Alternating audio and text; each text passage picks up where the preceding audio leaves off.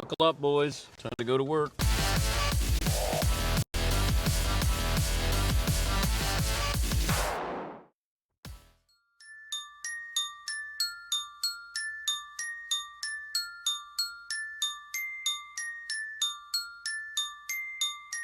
Dan Patrick. Dan, it's great to hear your voice. It's the Dan Patrick Show, bringing you sports talk while you're sitting at home. Jason Hare, he is the director of ESPN's The Last Dance. Who's going to be upset with the way they're portrayed in this? I'm starving for answers, too. Who is going to be mad? Who is going to be pissed that they came away looking like that? If they're upset, they're going to be upset because they were portrayed honestly. I'll say that. But I think that I don't think anyone was treated unfairly, put it that way. I put my name on the line here to tell an honest. With that said, who is it? Isaiah. You got me. You're good at this too. Broadcasting from the Mercedes Man Cave, this is Dan Patrick. Hope you had a great weekend, everybody. Safe and sound. We're here in the Man Cave. You got Fritzy, McLovin, and Seaton at their respective homes. Paulie's about 20 feet away from me. And glad to have you part of the program. As we always do on Monday, best and worst of the weekend, your phone calls coming up. We'll also check in with Peyton Manning. He'll join us coming up next hour. Reggie Miller with his thoughts on the Bulls documentary. Reggie will join us coming up in the final hour of the program. A couple of ways to get in touch. Dial us up, 877-3DP-SHOW. Email address, if Marvin gets them, is dp@danpatrick.com. Twitter, if Marvin gets them, at DP-SHOW. And we say good morning to our radio partner's TV partner. That's youtube.com/The Dan Patrick Show. Last Dance got off to quite a start last night. ESPN's 10-part documentary series on the 90s Bulls. An incredible sports story, but more than that, it's a human story. It's a reminder that athletes are just like us, coaches just like us, GMs just like us, that they have feelings. You can look at this and say, boy, you're a part of history. You're on maybe the greatest team of all time. But then you start to see some of the fractured relationships there, the petty jealousies, the ego that comes in. Workplace politics between Phil Jackson and the GM Jerry Krause. You got a glimpse into how undervalued, underappreciated Scottie Pippen felt. You know, Jordan tearing up, watching his mother read a letter that he wrote to her in college when he was homesick at North Carolina. People think winning cures everything. Money cures everything. But you can see early on in The Last Dance, that's not the case at all. As great as the 1997 Bulls were, you can see the championship team falling apart right before your very eyes. And it started before the season started because you had a GM say to the coach, I don't care if you go 82-0, you're not coming back. It's a story about ambition, competitiveness, and ego, and we're only 2 episodes in. And with no live sports on right now, it's going to be a lot of fun to see the story unfold in 8 more episodes. I thought the first 2 episodes were really interesting. It's just a reminder for a generation that grew up with Jordan. But the new generation, that I'm curious how the new generation consuming Jordan is going to feel about this. If you're under the age of 25 and you're watching this, when it's all said and done, how do you feel about Jordan now? To me, it's just that reminder of who he was, that personality. And you start to find out what was going on with a team that started out, I think, 8-7 that last year they were together. And Jerry Krause gets a lot of blame. Jerry Krause is probably the villain in the first 2 episodes. But understand this, and Jerry Krause is not alive. Jerry Krause has no one speaking for him. But Jerry Krause did do his job. You can say, how could you break up the Bulls? Okay, he probably looked at this economically and said, Michael's going to want $33 million. Scottie, in the last year of his deal, now he's going to want a new deal. He's going to want to get $20 million. And he got injured. He missed the first 35 games with the foot injury. He was actually right in some ways on, can I keep this team together? You never knew about Dennis Rodman. You knew Kukoc was a real talent. You knew Pippen had a problem that Kukoc had become maybe the coach's pet, the GM's pet. But Jerry Krause found all of these guys. Michael Jordan falls into their lap. He, on draft day, swaps Olden Polynice for Scottie Pippen, who was out of Central Arkansas. He makes a trade where he says, I'm going to send Will Perdue away to get Dennis Rodman in return. But he also drafted Kukoc, and he waited for Kukoc to come over to the United States. He brought in Phil Jackson. Phil Jackson was with the Albany Patroons of the CBA. I met Jerry Krause, and if we had conversations, I don't remember anything. He wasn't somebody that you gravitated towards. I think that there was an ego of, I've always picked on, your star player is calling you crumbs because you always had crumbs from your lunch on your jacket or your pants. He was not well liked, but he was respected by the owner, Jerry Reinsdorf. But he had to make a decision. And at the time, I remember going, how is the owner siding with the GM over the coach? I got the greatest player and maybe the greatest coach of all time. Certainly in the conversation. But he's going to side with one over 12, 14 players, coaches, because that's what they did. He was going to take the wrecking ball to this, and it wasn't going to be something where you sort of ease out of being the greatest team or a dynasty. They took the wrecking ball to it. Like, it was done. I loved Jordan's loyalty to Phil Jackson. I loved it because it's rare where you have that reciprocation, you have that respect. And Mike said, hey, I'm not playing for anybody other than Phil Jackson. But there are a lot of different pieces there. And you're just you're dipping your toes into this. Wait till you get to around 6, maybe 6 or 7, those episodes. Then you're going to get the full storm here. You're going to understand the magnitude. You're going to understand the competitiveness. You understand the greatness there. I saw where ESPN had a poll question today, and it was greatest basketball player of all time, Michael Jordan or LeBron James. I go, I don't think you do that today. That might not be fair to LeBron today or the next couple of weeks. The next couple of Mondays after this, don't do that. Not fair to LeBron. I'm watching this and I'm thinking one thing, and it'll surprise you. Michael Jordan is still ghosting LeBron James. LeBron should be playing in the playoffs, maybe get another championship.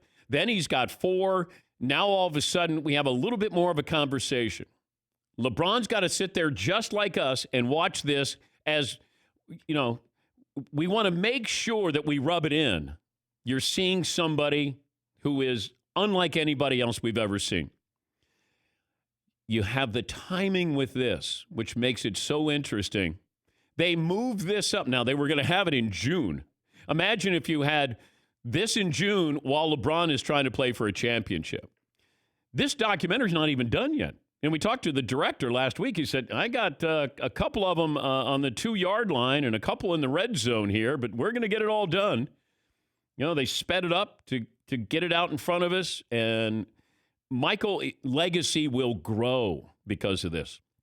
Because all it does is reinforce what we already knew. But the new generation and I don't know, I was also wondering about this.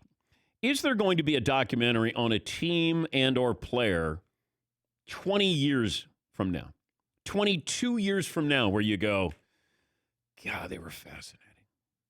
God, I love them. Man, that was amazing.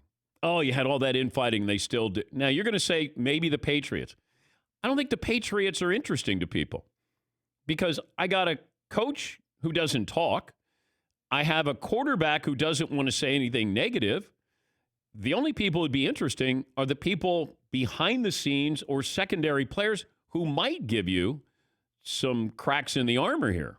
But I don't find that. I don't think the Patriots are interesting. The Bulls were fascinating. Fascinating. Because I had a Zen master as the coach who's 6'10". I had Rodman, who I didn't know what he was going to dress like. I didn't know if he was going to go crazy again.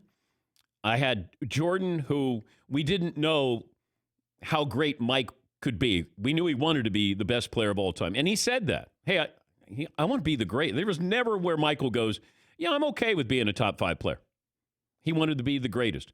I always found Scottie interesting because I found that he was really shy, incredibly talented, but I also thought that he felt like he was undervalued, underappreciated because he was in Mike's shadow. But because of Michael, Scottie became one of the great players of all time. If Scottie is on his own, I don't think Scottie Pippen's one of the 50 greatest players of all time. Just don't. Wonderful player. But when he went on his own to Houston and Portland and he wasn't healthy, he wasn't great. But what he did when he was there with Michael was incredible. They were a great tandem, unbelievable tandem there. So you start to look at these players, the relationships there. I think Jerry Reinsdorf comes out of this with no blood on his hands. The owner, it's almost like he's going, hey, like Robert Kraft with Tom Brady. Hey, we wanted Tommy to stay. Okay, the blood's on Belichick's hand, not Robert Kraft. But it brought me back into a sweet spot when I was thrilled doing SportsCenter, got to cover the Chicago Bulls, got to be there for SportsCenter, got to interview these guys after they were winning championships, went to management to say to my boss, I am going to do those interviews next year because I was witnessing something that I'd never seen before. I wanted to be part of history. That's what it came down to. And Mark Jones, love him, but I went to management and said, I want Mark Jones's job interviewing Michael Jordan after he wins these championships. I voted on all these awards. I voted for Jordan, I think 6 or 7 consecutive years for MVP, even when others had a better regular season. And full transparency, I should have voted for Karl Malone or Charles Barkley because they did have better seasons, regular seasons. It always came down to one question: who's going to win the title? Mike went through Barkley, went through Malone when they won MVPs. In fact, I think Michael loved the fact that Charles won an MVP and Malone won an MVP. So he could say, oh, you think they're the MVPs? Watch me. He was motivated by everything, anybody. And the fact that you're going to go into a situation where you go, what's my motivation here? I don't know if I have a motivation. He just waited. He wanted to be told you can't do it. The odds aren't in your favor. And, of course, being a gambler, he loved that. But it was wonderful. You know, it really was. It was a magical time. And I said this last week. Nobody criticized Jordan. I mean, they whispered about Mike, you know, off the court with things he was doing. But you really didn't have social media. Even now, you don't find people who criticize Michael Jordan. Basketball ability. You don't find anybody who says anything about it, right? LeBron, it's always been day-to-day, game-to-game, almost quarter-to-quarter. But this is a whole different world when it comes to the media.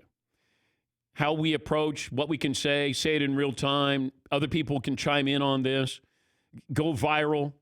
But I know that I said my piece about LeBron, although I do want to edit what I said. I said better score than Michael all around. I should have said better offensive force from the standpoint of he can play 5 positions on offense, and he can be. I mean, he's going to finish second in the MVP race this year at his age, and he's going to lead the league in assists. So I think LeBron's ability to be able to create offense for everybody is better than Michael's. Michael, as far as a cold-blooded scorer, yes, better than LeBron. But an offensive force, LeBron is able to do a variety of things. And I know what happens is you take something away from somebody or give somebody a little bit more credit than they deserve, and that's always dangerous because people record these things. People remind you of things that you say. As I had some people who reminded me over the weekend, wait, you think LeBron's a better scorer? Like people just walking around? Yeah, well, 6 feet away. Right. Hey, talking hairdo, you think that, what, LeBron? And I'd be like, he's better offensive force from what he does. He makes people better. Michael made you better by scaring the bleep out of you. You get the look, and that meant you weren't getting the ball. Judd Bushler, Steve Kerr, those guys would always say, you never wanted the look. If you got the look, you're in trouble. But I can't wait for people, a new generation, to consume this. And then what are their feelings on Mike after that? It's only going to raise his, the awareness of being the greatest player of all time. And there's a certain quality of, there's a mythological feel towards Michael. Because if you're younger, you're going, yeah, I see the video, but when you see all of this, and NFL film or NBA Films NBA Entertainment did a wonderful job getting access to all of this and stuff that I didn't see. It'll be a fun ride. And of course, we're chewing this up because there's nothing else, and it kind of put the draft on pause just a little bit. But we'll talk about that coming up, because the career assassination of Tua Tagovailoa continues. And is it a conspiracy theory? Conspiracy theory. We're going to know in a couple of days here. All right, we'll come up with a poll question. We got a stat of the day, play of the day. Jimmy in Chicago joins us. Hey, Jimmy. Hey, Dan. Hey. You were talking to the younger generation, looking at Jordan, and I think that you would have to be growing up in that time, the time that he played, watching the games, being able to go to one of the games that I was fortunate to go in '98. And the funny thing is, watching at the United Center, the one play that I remember from that entire game was a breakaway dunk that he did. He literally did the Jumpman logo for the dunk, and that just sticks with me. But the way he did it in the '90s, the physicality of that decade, just the way he played, you would have to grow up in that time. So I think that the younger generation will get something out of this documentary, but being able to live that time and the time that he was playing, I think that's when you really understood and felt the greatness of him. So, all right. Well, thanks for the phone call, Jimmy. Yeah, I think you're going to watch a game and you're not going to recognize how the game is played back then, because it's completely different now. We know that. They weren't reliant on the three. It was really a physical game, and centers played a large role. Understand this. The Bulls would have taken Akeem Olajuwon instead of Michael Jordan. They said it in the documentary. Everybody can say what they want about Michael Jordan. Oh, we all knew. Rod Thorne, who drafted him, didn't know. You could see the embryonic stages of greatness when you watched Michael. But, Portland doesn't take Michael Jordan because they had Clyde Drexler. Back then, you were drafting for position. Nowadays, you'd go, yeah, Clyde Drexler and Michael Jordan together. Hell yeah. Hey, we're not going to take Klay Thompson. We have a shooter in Steph Curry. That might be the logic back then, but certainly not the logic now. Michael was there. Hakeem was the one, and then Sam Bowie. But Hakeem was the real deal. Like I would have taken Hakeem at number one over Michael Jordan. And then Michael, Sam Bowie had injury issues. He was a little bit, he was frail. And hey, but we got our big man. You don't think that way now. You take Michael. Well, if we redrafted, you would take Mike. But Hakeem's the first ballot Hall of Famer and one of the great centers, great players of all time. It'd be interesting, but obviously you take Mike. But Hakeem at the time, Patrick Ewing at the time, they were considered better prospects than Michael. This program brought to you by LegalZoom. No matter what happens, you want to make sure that you take care of your loved ones. That's why LegalZoom has made it easy to set up the right estate plan without leaving your home. Take care of your family today with the right estate plan at LegalZoom.com. We'll let the Danettes weigh in on this. We'll look at Tua Tagovailoa and his draft stock. And is it a conspiracy theory? I'll have that for you coming up. It's approaching 19 after the hour, just getting started on this Monday. Dan and the Danettes, Dan Patrick Show. LifeLock is here to help you, because in today's digital world, you are more likely to actually have your identity stolen than your car stolen or your home burglarized. And while that should make you feel a little bit better about the locks on your car, locks at home, you might feel vulnerable when it comes to the digital footprint here. It's important to understand how cybercrime is affecting our lives. Identity theft is another serious issue. Someone's identity is stolen every 2 seconds. And you could miss certain identity threats if you're only monitoring your credit. That's why it's a good thing that there's LifeLock. LifeLock detects a wide range of identity threats, your social security number for sale on the dark web. If they detect your information, they'll send you an alert. No one can prevent all identity theft or monitor all transactions at all businesses. LifeLock can see threats that you might miss on your own. Join now. Save up to 25% off your first year. Use the promo code Patrick. Call 1-800-LifeLock or head to LifeLock.com. Use the promo code Patrick for 25% off.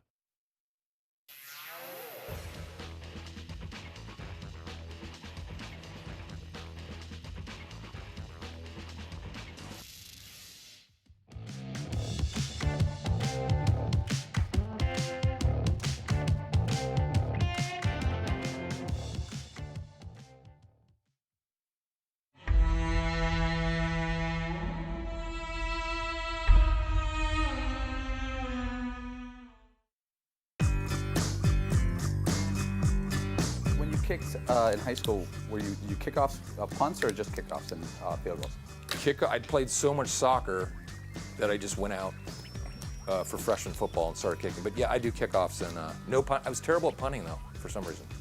Were you a soccer style? Soccer style. Like Mark Mosley straight ahead? Soccer style. Mosley with a single bar, a little bit down to show the face. I never understood. I didn't get it either. Like Theismann had just one, too. But and if you're going to have the protection, at least keep it there. Why do you lower it down here? The guy from the Cardinals, Scott to show your face, now protect your Adam's apple or something. My larynx. Yeah. Yeah. Last thing I want. But what do you have there, Paul? Just in case you want to kick. I don't know if this is full size though.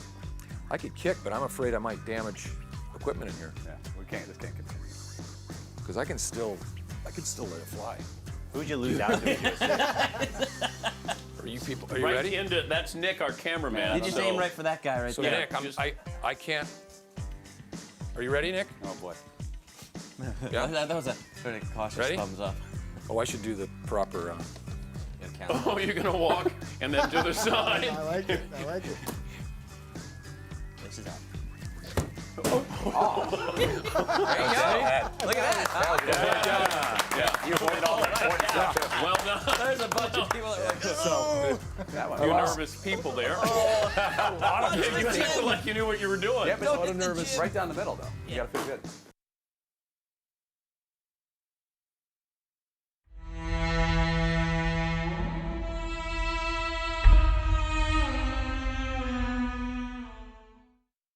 McLovin, you saved the day. MVP. Wow. And today.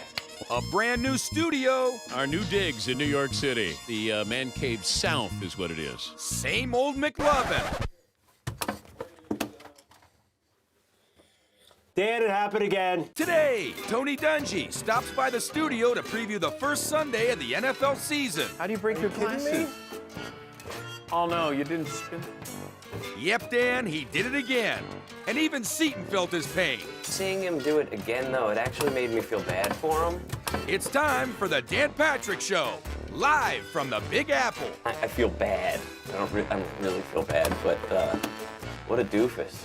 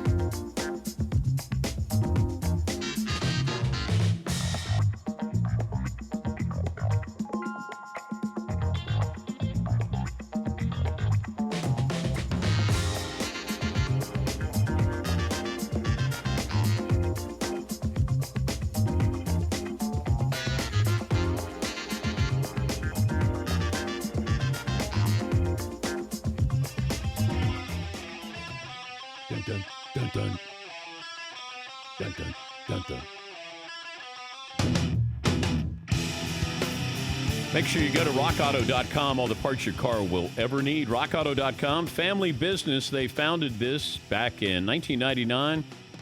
Automotive engineers, they had two goals in mind. First, to give you direct access to all the parts information hidden in the computers and catalogs behind the parts store counter. And second, make those parts affordable by offering reliably low prices. RockAuto.com. Choose the part brands, prices, features you want anytime 24/7.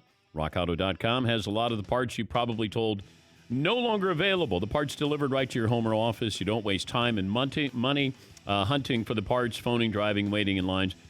You know, some of those things you can't even do right now with the COVID-19.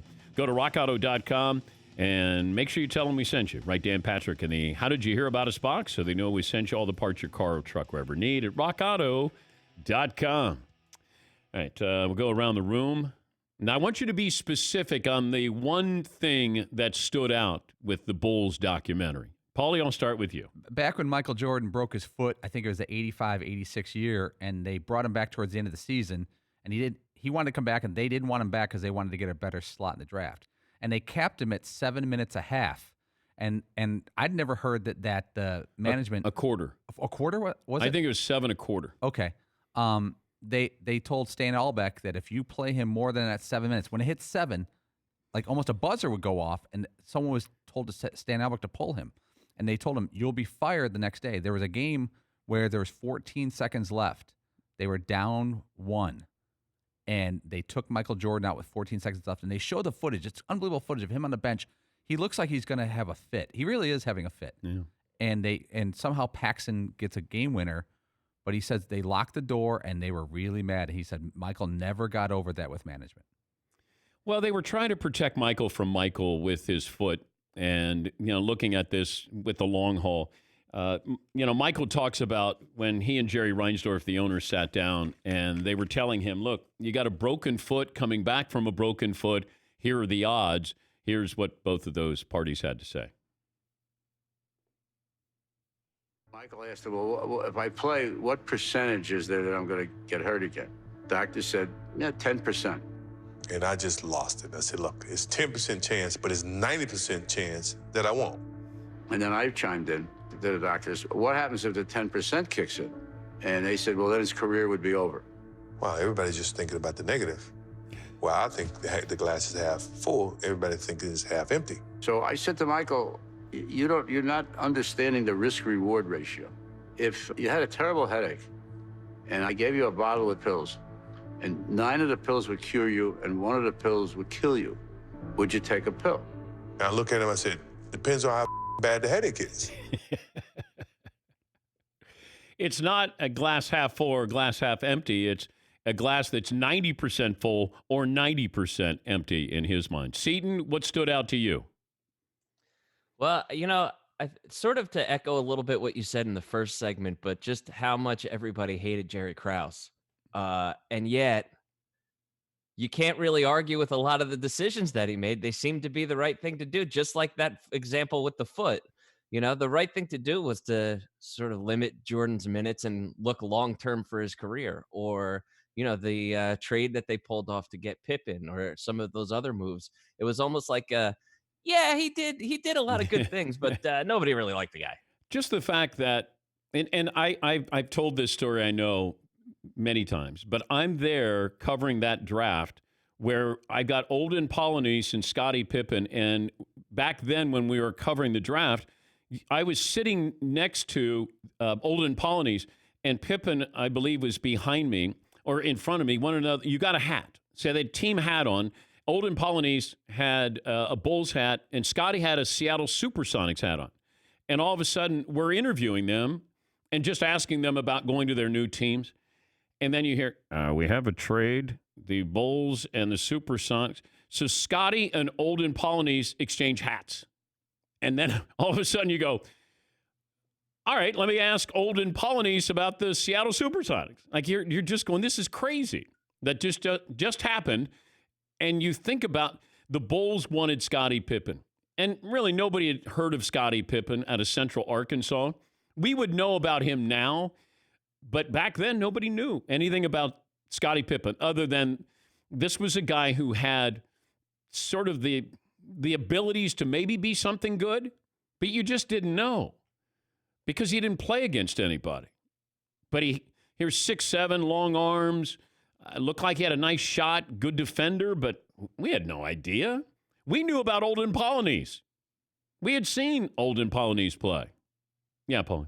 Dan, I remember that draft specifically. The Bulls, with the 5th spot, got Scottie Pippen. And as a kid, Rick Tellender, I remember writing about it, saying the only highlight of this is going to be Pippen, Tippin. Like, they thought it was a wasted pick. You need a sure thing to help Michael Jordan. He needed an enforcer. They loved Olden Polynice, this big guy. And then later in the draft, they took Horace Grant, who was a nice power forward out of Clemson, not a basketball school, and they passed on Reggie Miller. And people in Chicago were like, you could have had another great scorer to help this guy out. It didn't go over well that day. Yeah, but even Reggie going to Indiana was not a popular choice because they weren't sure how durable Reggie Miller was. He weighed 180 pounds, and they weren't sure if they were worried about how he would run. They had no idea that Reggie Miller was going to be Reggie Miller. I love that after the fact we can look back and say, yeah, I knew that guy was. If you would have said who's going to have a better career, I would have said Olden Polynice over Scottie Pippen because I had no idea what I was seeing with Scottie Pippen. But the Bulls did make mistakes. They with some of these draft picks, but every team does. It's when you do something correct, how big is it? And the Bulls made some huge, huge decisions. You're drafting Kukoc. We had just heard about Kukoc. We knew, this guy, he's the best international player we've ever seen. And, we were always skeptical about that because you're thinking, all right, come over here, probably be a jump shooter, be a little soft. And then all of a sudden you saw Kukoc, who had a lot of ability at 6'10". The Scottie Pippen move, that's a big move. Bring in Phil Jackson, that's a big move. Just those right there. Fritzy, what's the one moment that stood out? Just how horribly underpaid Scottie Pippen was. And they showed a graphic of behind Harper and Longley and Kukoc. And then the dichotomy of Phil Jackson saying he wasn't selfish by sitting out, and Michael Jordan just saying, hey, it was selfish that he put himself ahead of the team. And he should have gotten that foot surgery and not worried about how it was going to affect his summer and get ready in time for the next season. It's easy for Michael to say, it's kind of selfish on Scottie's part that he didn't want to ruin his summer. He didn't want to have surgery on his foot. He didn't want to ruin his summer. Mike, I think, was making either $30 or $33 million. Scottie was making around $3 million. Yeah, Paul. Scottie signed a 7-year, $18 million contract with the Bulls. It was after his rookie contract, so he was his 3rd year in the league. He made 7 straight All-Star appearances, won 6 titles, and got paid $18 million. Now, after he left the Bulls with the Rockets and going forward, he made $11 million, $15 million, $14 million, $18 million, $19 million, 5 and 4. He made $90 million after leaving the Bulls. Yeah. When you sign a contract, it always seems at the time, this is a great contract. And then not long after that, you go, this isn't a good contract. A 7-year contract is forever. You never want to sign that 7-year deal in your prime. Now, I know baseball, basketball, these are guaranteed contracts. But Scottie and what he meant to the Bulls, is he commensurate to what Mike meant? No, not at all. Is he up there as maybe the second best teammate? I was wondering about that too. The second best teammate of all these great players. If I said to Larry Bird, second best player was Kevin McHale. If I said Shaq and Kobe and Shaq, David Robinson, Tim Duncan, Stockton Malone. Stockton Malone obviously didn't win, but that's as good a regular season combination as you'll find in NBA history. Oscar had Lou Alcindor with the Milwaukee Bucks. Russell had an entire roster of Hall of Famers. But you're looking at Michael and Scottie. That's pretty good. I don't know if you'll get much argument there. McLovin, what stood out? The line that stood out to me was when Jerry Krause called Phil Jackson in the office and said, even if you win 82 games, you're gone. That's got to be the craziest statement in sports history because we all know what happened. Phil wins 5 titles and Krause has 10 straight lotteries or something. It's nuts. Why would he do that? He was hell-bent on making sure that they were going to start over and he could prove that he could do it again. Because he got no credit back then. Phil started with Michael and then Phil. Those two got most of the praise there, and rightfully so. But Jerry Krause was the guy down in the basement making, formulas and trying to create something here. And he was not getting any, even winning all those titles. I don't know how many times did Jerry Krause win Executive of the Year. Can we check and see how many times he won? Because I don't know how many. Maybe he was decorated with that, but you're just going, you got to be kidding me. But Jerry Krause, and he was not media friendly, media savvy. I think he wanted the attention. I think he wanted the love and appreciation. I don't know if he knew how to go about it. But Phil had a mystery about him. Michael had a mystery about him. Jerry Krause, you looked at him and you go, I think I figured that guy out after 5 minutes. All right, we'll get some more phone calls, best and worst of the weekend. We will have ours. Peyton Manning will join us coming up next hour, and Reggie Miller will join us in the final hour of the program. Do you have that Jerry Krause information? Yeah, he won Executive of the Year 87-88. That was the year they drafted Scottie Pippen and Horace Grant. And then he won Executive of the Year 95-96. Okay. Twice. All right. How many times did Phil Jackson win Coach of the Year? I don't think Chuck Noll ever won Coach of the Year in the NFL. For some reason, that stands out. Wouldn't you want to have less of them so people could say you're underappreciated, though? I'd rather have the rings and be underappreciated. Oh, I don't know if Phil is lamenting the fact that he maybe didn't win Coach of the Year as many times as... Because you'd always go, well, you got Shaq and Kobe. Hey, you got Michael and Scottie. Yeah, Paul. I got to check this. I think... Am I on drugs? Phil Jackson may have only won Coach of the Year once. Okay. 95-96 with the Bulls. Yeah. I do not have him winning it again. We love the underdog story where you take a team that's maybe not a playoff team and they win 42 games and you go, man, that guy, he did a great job. What Phil did, Phil managed personalities. Now, you had a game plan here, but you managed personalities. It feels like he had, as long as he had Michael, he had a coach on the floor. But what Phil did is he managed personalities. He wasn't able to manage the personalities of Shaq and Kobe as well as he did. But you had Scottie who understood his place in the pecking order. Kobe and Shaq, it's like, I'm the alpha. No, I'm the alpha. Scottie understood that he was Robin to Batman. He did. Now, when Mike left, then Scottie became Batman and had a hard time with that. At times had a hard time with that, with everything that comes along with that. All right. What's poll question today, McLovin? I'll get into this Tua Tagovailoa coverage, and is there a conspiracy theory attached to how he is being roughed up in the media? We were trying to come up with a Scottie Pippen poll question. Whose career would you rather have? Scottie Pippen and some of the other Robins I came up with, Klay Thompson. Is that a possibility? Is Dwayne Wade LeBron's Robin, or is that unfair? And Shaq's Robin? Basically, would you want Scottie Pippen's career? And Fritzy had a great question. Is it a compliment to be Robin? Well, it depends on who's Batman. If Michael's my Batman, I'm okay with being Robin. And Scottie was.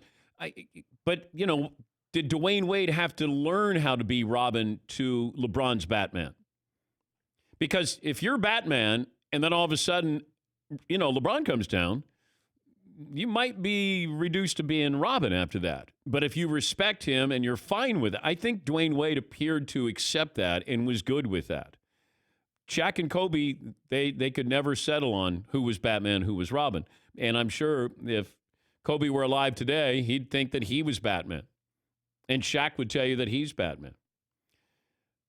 I don't think Stockton had any interest in being a star. I think he wanted to be great at what he did. I think Karl Malone wanted to be viewed as a superstar. And being in Salt Lake probably didn't get as much attention as he deserved. When you look at the all-time list, it's hard to be underrated scoring 37,000 points. But Karl Malone might be underrated. Who else do you have there, McLovin? Wait, question. Who is the Robin with Kareem and Magic in the 80s Lakers? Well, I think it turned. I think it flipped. I think it became Magic was Batman. It became Magic's team. I know that. Kareem was not Lou Alcindor. He wasn't the earlier Kareem. And he's still very good. He led the league in scoring. I think he might be the oldest guy to ever lead the league in scoring, but that became Magic's team. And I think Magic kind of was drawing out of Kareem the joy of the game, having fun with the game, something that Kareem, I don't know if he ever did. Yeah, Paul. You know, another quote from last night that really stood out to me is they had a clip of Bob Knight, who was the Olympic coach in '84. Remember, this is the summer before Jordan was a rookie. And Bob Knight says he's the best athlete I've ever coached. And he starts working it out in the quote. He goes, he's actually he's the best player I've ever coached. And then they ask Bob Knight, well, what should the Trailblazers do? They don't need they need a center. They need He a goes, center. Draft him at center. He'll be the best center in the league. Yeah, that was a great quote by Bob Knight. All right, play of the day is coming up next, and then we'll dive into the Tua Tagovailoa topic. Peyton Manning next hour. Reggie Miller will join us in the final hour of the show. Back after this.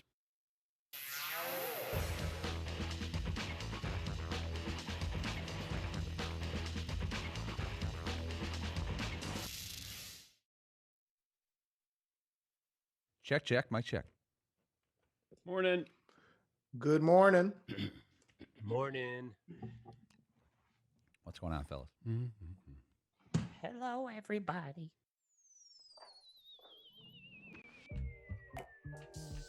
Dan, let's start off Monday with a fun game. I'm going to need some music seat, and it's called... Thank you, buddy. It's called Am I a Bad Parent or Not? Now, my daughter Peyton is 11 years old, Dan, and you know Peyton pretty well. She's a fun kid, curious.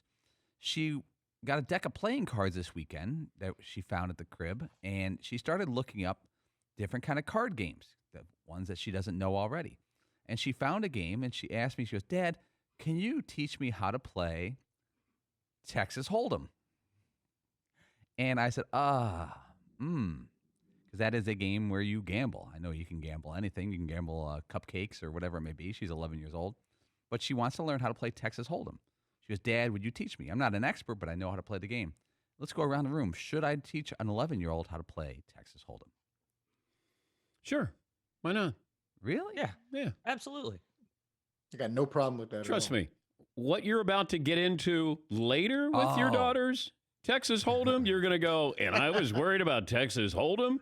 I'm worried about guys who might want to hold them. Oh, no. Whoa. Yeah. Yeah. I got 3 daughters, so trust me, you're good with Texas Hold'em. And she's not leaving the house. Not leaving. Yeah, I like this. Anytime soon. Yeah, you're good. Texas Hold'em. Yeah. Blackjack. Right. Yeah, whatever. Craps, get a crap table in there. Absolutely. Yeah, roulette. Start a sports book. Yeah, all those things. You're good. It's the other things that you have to worry about. Oh, you made me feel a lot better about one thing and a lot worse about another.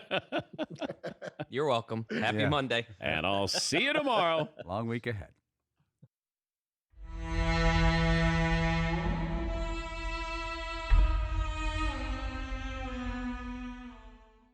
What do people say when they see you? Wow, you are so short. That's a big thing they say. No, they say thank you for all of the years of happiness and the laughter. And then people know me for different things. Happy Days, Scream, Adam Sandler movies. There really are sections. Then Arrested Development. Night Shift. Oh, I love Night Shift. Michael Keaton is great. He's great. But, the movie still holds up. I mean, it is still a funny movie. Ron Howard said to me, you can play either role. And so I thought, well, I've played the Fonz for 10 years. I'm going to play Richie. And that's what I did. I played Chuck. But how big, did you realize how big you were with Happy Days? Like how famous you were? After a while, you cannot miss it. Because, it was very scary to walk on the street. How so? Because people wanted to take my socks off without ever taking off my shoes. They really wanted a piece of whatever I was wearing or my hair. Was it like boy band? It was big. It was 126 countries. I got 55,000 letters a week. I got jewelry. I got, like little crucifixes, little bears. Girls would take their jewelry off. And this is what I learned from my fan mail. Jewish girls do not send their jewelry through the mail. But it was very big. And I went to Dodger Stadium I took my children to see a Dodger game, and they put my picture on the Diamond Vision in the middle of the field, and 55,000 people started chanting, Henry, Henry, Fonzie, Fonzie. So the security guards got me and put me back in my car, and we listened to the game on the way home. And I went into my daughter's room, and I said, Zoe, we made a deal. That some of your clothing was going to get like on a hanger before we left for the game. She looked at me and she said, I will never chant your name. I'm not even going to whisper your name. Wow. Yeah, I was a big guy in my house.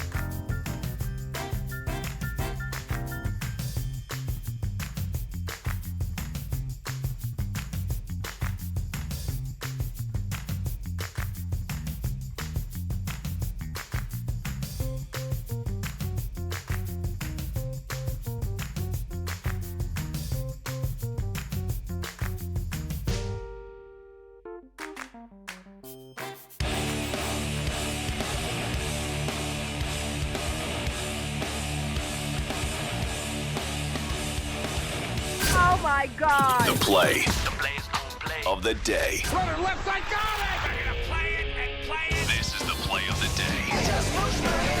Check this out. Jordan ties the game. Oh, boy. 63 points, and you're looking at an all-time record. Oh, boy. Michael Jordan. That was a fantastic move. Courtesy of CBS, 34 years ago today, Mike scores 63 against the Celtics in the Garden. To this day, that stands as the most points ever scored in a playoff game. Bulls ended up getting swept in the series. Pat Benatar hit me with your best shot. Now, keep in mind, 1986, that team had Larry Bird, Kevin McHale, Bill Walton, Robert Parrish, and Dennis Johnson. 5 Hall of Famers. They were coached by another Hall of Famer, Casey Jones. The Chicago Bulls were trying to put the second loss on the Celtics in the Garden that year. During the regular season, Boston went 40-1 at home.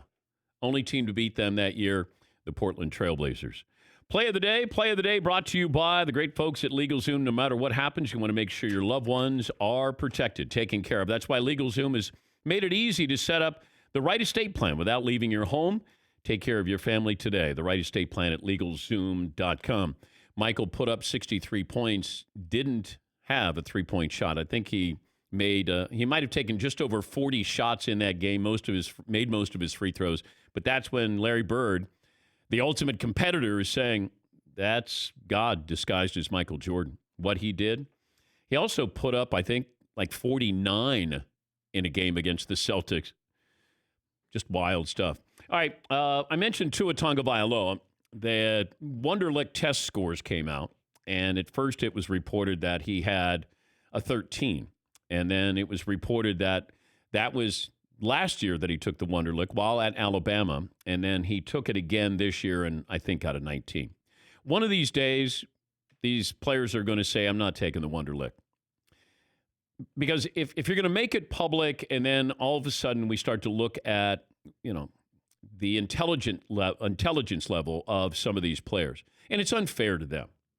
I know that the teams want to know, but if I look at the list of quarterbacks who did well on the Wonderlic and those who didn't, is it really a test of how football smart you are? Now, I know, scouts will tell you this. We just want to know how you process the information. Are you quick in processing the information? You can be a bright football mind. Maybe you're not going to be book smart. And I felt bad for Tua because, it just feels like it's open season on Tua right now. And I don't know if some of this is by design. And before you say, boy, that's crazy, why would it be by design? If you're a team, let's say you're Jacksonville. Let's say you're Carolina. Let's say you're the Raiders. Let's say you're New England. And he could fall into your lap. Now, Do you have information, misinformation? Absolutely. Absolutely. You know, there's leaks there's a leak. Somebody leaks the Wonderlic test scores every single year. I'm waiting for the NFL to go, if we find out who did it, we'll fire you. I mean, protect these players. You know, really, protect these players. We had Boomer Esiason on. Boomer was on with us last week, and I asked him about Tua and what's going on, and he kind of brought up the conspiracy theory with the Patriots. When you listen to guys like Mike Tannenbaum and Mike Lombardi just absolutely destroying Tua, you wonder if there's some sort of conspiracy thing going on between Nick Saban and Bill Belichick to get Tua up to New England, although I don't necessarily know that the Patriots have the draft capital to do it. Yeah, that's Boomer. And it just feels like there's sort of this groundswell with Tua. You know, you had Trent Dilfer come out and tell you he's the greatest he's ever seen, and you know, he throws better than Aaron Rodgers and Dan Marino. And Trent's working with Tua. You know, you have this game of verbal tennis, where somebody throws out something, and then you have to have somebody who protects that or corrects it. Hey, that's not the case. Oh, he's healthier now than he's ever been. He's healthier than he was when he was at Alabama. Like all of these things. Oh, he throws the best ball I've ever seen. He's the next Drew Brees. And then you have somebody else who say, man, my source said he'll go 3 or 23. I mean, crazy, right? But that's where we are. Justin Herbert's moving up. Oh, they're not. Dolphins aren't interested in Justin Herbert. And then I checked with my source and said, no, don't be surprised if they take him. And I go, you know what happens? Once the draft is over, we move on. We don't think back to what happened leading up to the draft, where there is a system that goes on, it feels like. Every draft, change the names, but it's still, there's a guy rising, remember Jordan Love? You know, I'm hearing the Dolphins are really interested. Now I'm hearing Jordan Love in the second round. So that's how crazy all of this is. And nobody, you know, who's telling the truth? You don't know who's telling the truth until after the draft, and then we don't go back and revisit what some of these people said. But the Wonderlic test scores came out. If you want to find them, you can. But I did. I felt bad for some of these quarterbacks when that information got out. And if I had a client, and he didn't want to take it or just didn't feel like it was appropriate, I mean, what is the upside? All right. If you run a 4.5 40 and you're a quarterback, I'm interested. If you get a 44 on the Wonderlic, I'll go, all right, great. There are guys who are unbelievable taking tests. SAT, they're unbelievable. I mean, Greg McElroy is unbelievable. He's thrown as many touchdown passes as I have in the NFL as of late. He's a broadcaster. You can be smart. You know, Ryan Fitzpatrick is smart, but there are times you watch him on Sunday and go, boy, that was a dumb move, right? But maybe they should do away with this. Each team should have something that they want to use for their respective draft picks, not an overall test here, because I do think it unfairly singles out some of these players. Yeah, Paul. I don't think I want my football players getting a 50 out of 50 on a Wonderlic. I want them nice middle of the road, focused on football, getting decent grades, getting by. I looked at the top Wonderlic scores of quarterbacks. There's not a lot of Hall of Famers up there either. So the low end range and the high end range, there's no rhyme or reason to it as far as football ability and football performance. I know that they look at this, and I'll give you the exact wording of what they are measuring for. Cognitive ability and problem-solving aptitude of players. Over time, test scores have become increasingly looked over as not a good measure of a player's football abilities. However, it still allows for fans and analysts to speculate at what it means for a player's future. Yeah, what we do is we label them. Peyton Manning will join us coming up next hour. Reggie Miller will stop by. More of your phone calls, best and worst of the weekend. We'll give you ours as well. 1 hour in the books on this Monday, Dan Patrick Show.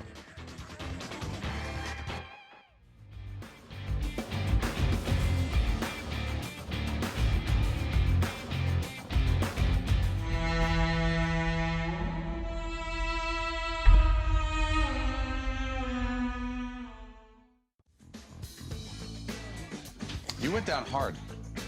What the hell is This is a first aid kit. Is that a real first aid kit? It was what we have. What happened, Andrew? It's been back. I don't know. Wiped out? Yeah, I just totally. There was a thud. 1 second I was looking at my computer. The next I wake up and I'm staring up at the sky. Did you get lightheaded? I'm not sure. Where are we? And in all seriousness, you went down very hard. Do we have video of it? What's the problem? Andrew fell. I have the first aid kit. Oh. I think I'm going to have to take the rest of this Well, we're show going to off. lose both members of the back row in 1 week. I got this is the first aid kit. It's got dry rub, All right. almonds, and an ice pack. How did you Why are there almonds in our first? It's not cold, but it's an ice pack. How did you fall? I don't know what happened. I don't know what happened. It's the question is who hit me? It might be a Jeff the Ghost situation. It's not a cold ice pack, but it's up to code. You need some help? I'm okay. That was a pretty hard. I think you passed out. Got an I-team report here. Had an accident with the back row, so Fritzy's already out. Newsroom for an I-team investigation. The motto of our news team is, We don't break news. We sprain it. Let's go to the newsroom. Paulie? Dan, just hours before Todd Fritz, the popular booker, executive television producer of the Dan Patrick Show, gets out of the hospital, we have an incident in the back. In all seriousness, right as we went to break, I hear this big, huge thud behind me, and I look, and Andrew's on the floor, and his chair's over, and he really hit the floor hard. And I think he passed out as we went to break. I think he got lightheaded looking at his computer and fell over and hit the floor hard. I'm being serious. Are you okay? Are we talking a protocol situation? Do I have to take a segment out? No, you don't. Well, I don't know what happened. If management's watching, then I'm supposed to do concussion protocol. Did you just see that video? No. Oh my God! Do they have? Okay, he didn't pass out. Oh, that's. Oh no! No. So Oh, it's great. Oh, it's great. he leans back, puts his arms behind his head, and No. Oh, here it goes. Oh, you know what? Don, who is our director, John, just keep playing that over and over and over. Have 2 angles of it. Oh, we got a couple of angles of McLovin falling. Oh my God. If you'd like to see McLovin go down for the count, and who wouldn't? And it's very Kramer-esque. As he hits the ground, his foot flies up and catches his microphone and headphones and takes him down with him. You can watch on DirecTV, the Audience Network, Channel 239, and the NBC Sports Network. There's the one where he's further away and you just see him disappear behind the desk. Why were they rolling on that? Because that's their job. That's why we have 11 cameras in here. Emmy. Oh, God. Thank you, McLovin. Thank you. You've done it again. You're the best, dude. You have all, you know what happened? You have all of this freedom in the back row, all this space, because Fritzy's not there. You put your feet up, you were leaning back, and then you hit the turf. Oh, damn, that's good. Thank you, McLovin. Are your glasses okay? Yeah. That would have been the only thing that could have topped breaking his glasses before if he broke his glasses again. Yeah, Paul. If you watch the end of the video, I jump up, run over to check on him, and the first thing out of my mouth is, were the cameras rolling? Yeah. Oh, my goodness. By the way, I'm okay if anyone's concerned. Well, here. that I was don't my see- next question. Yeah, that hello. was my next question. Yeah, if I could only see it one more time, that would be nice. Just one more time.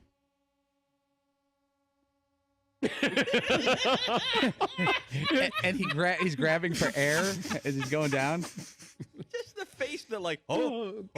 All right. That is good stuff. That is so good. Oh. Thank you. Thank you, LABC, for making sure the cameras were rolling on McLovin. Well done.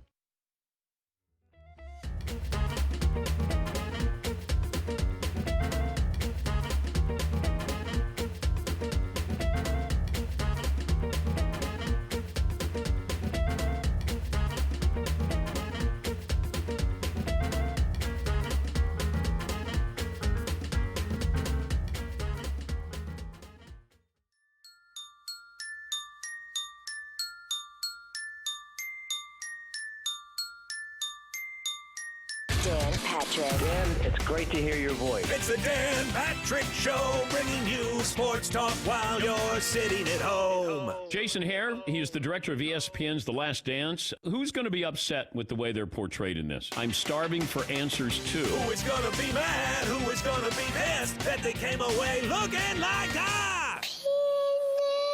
If they're upset, they're going to be upset because they were portrayed honestly. I'll say that.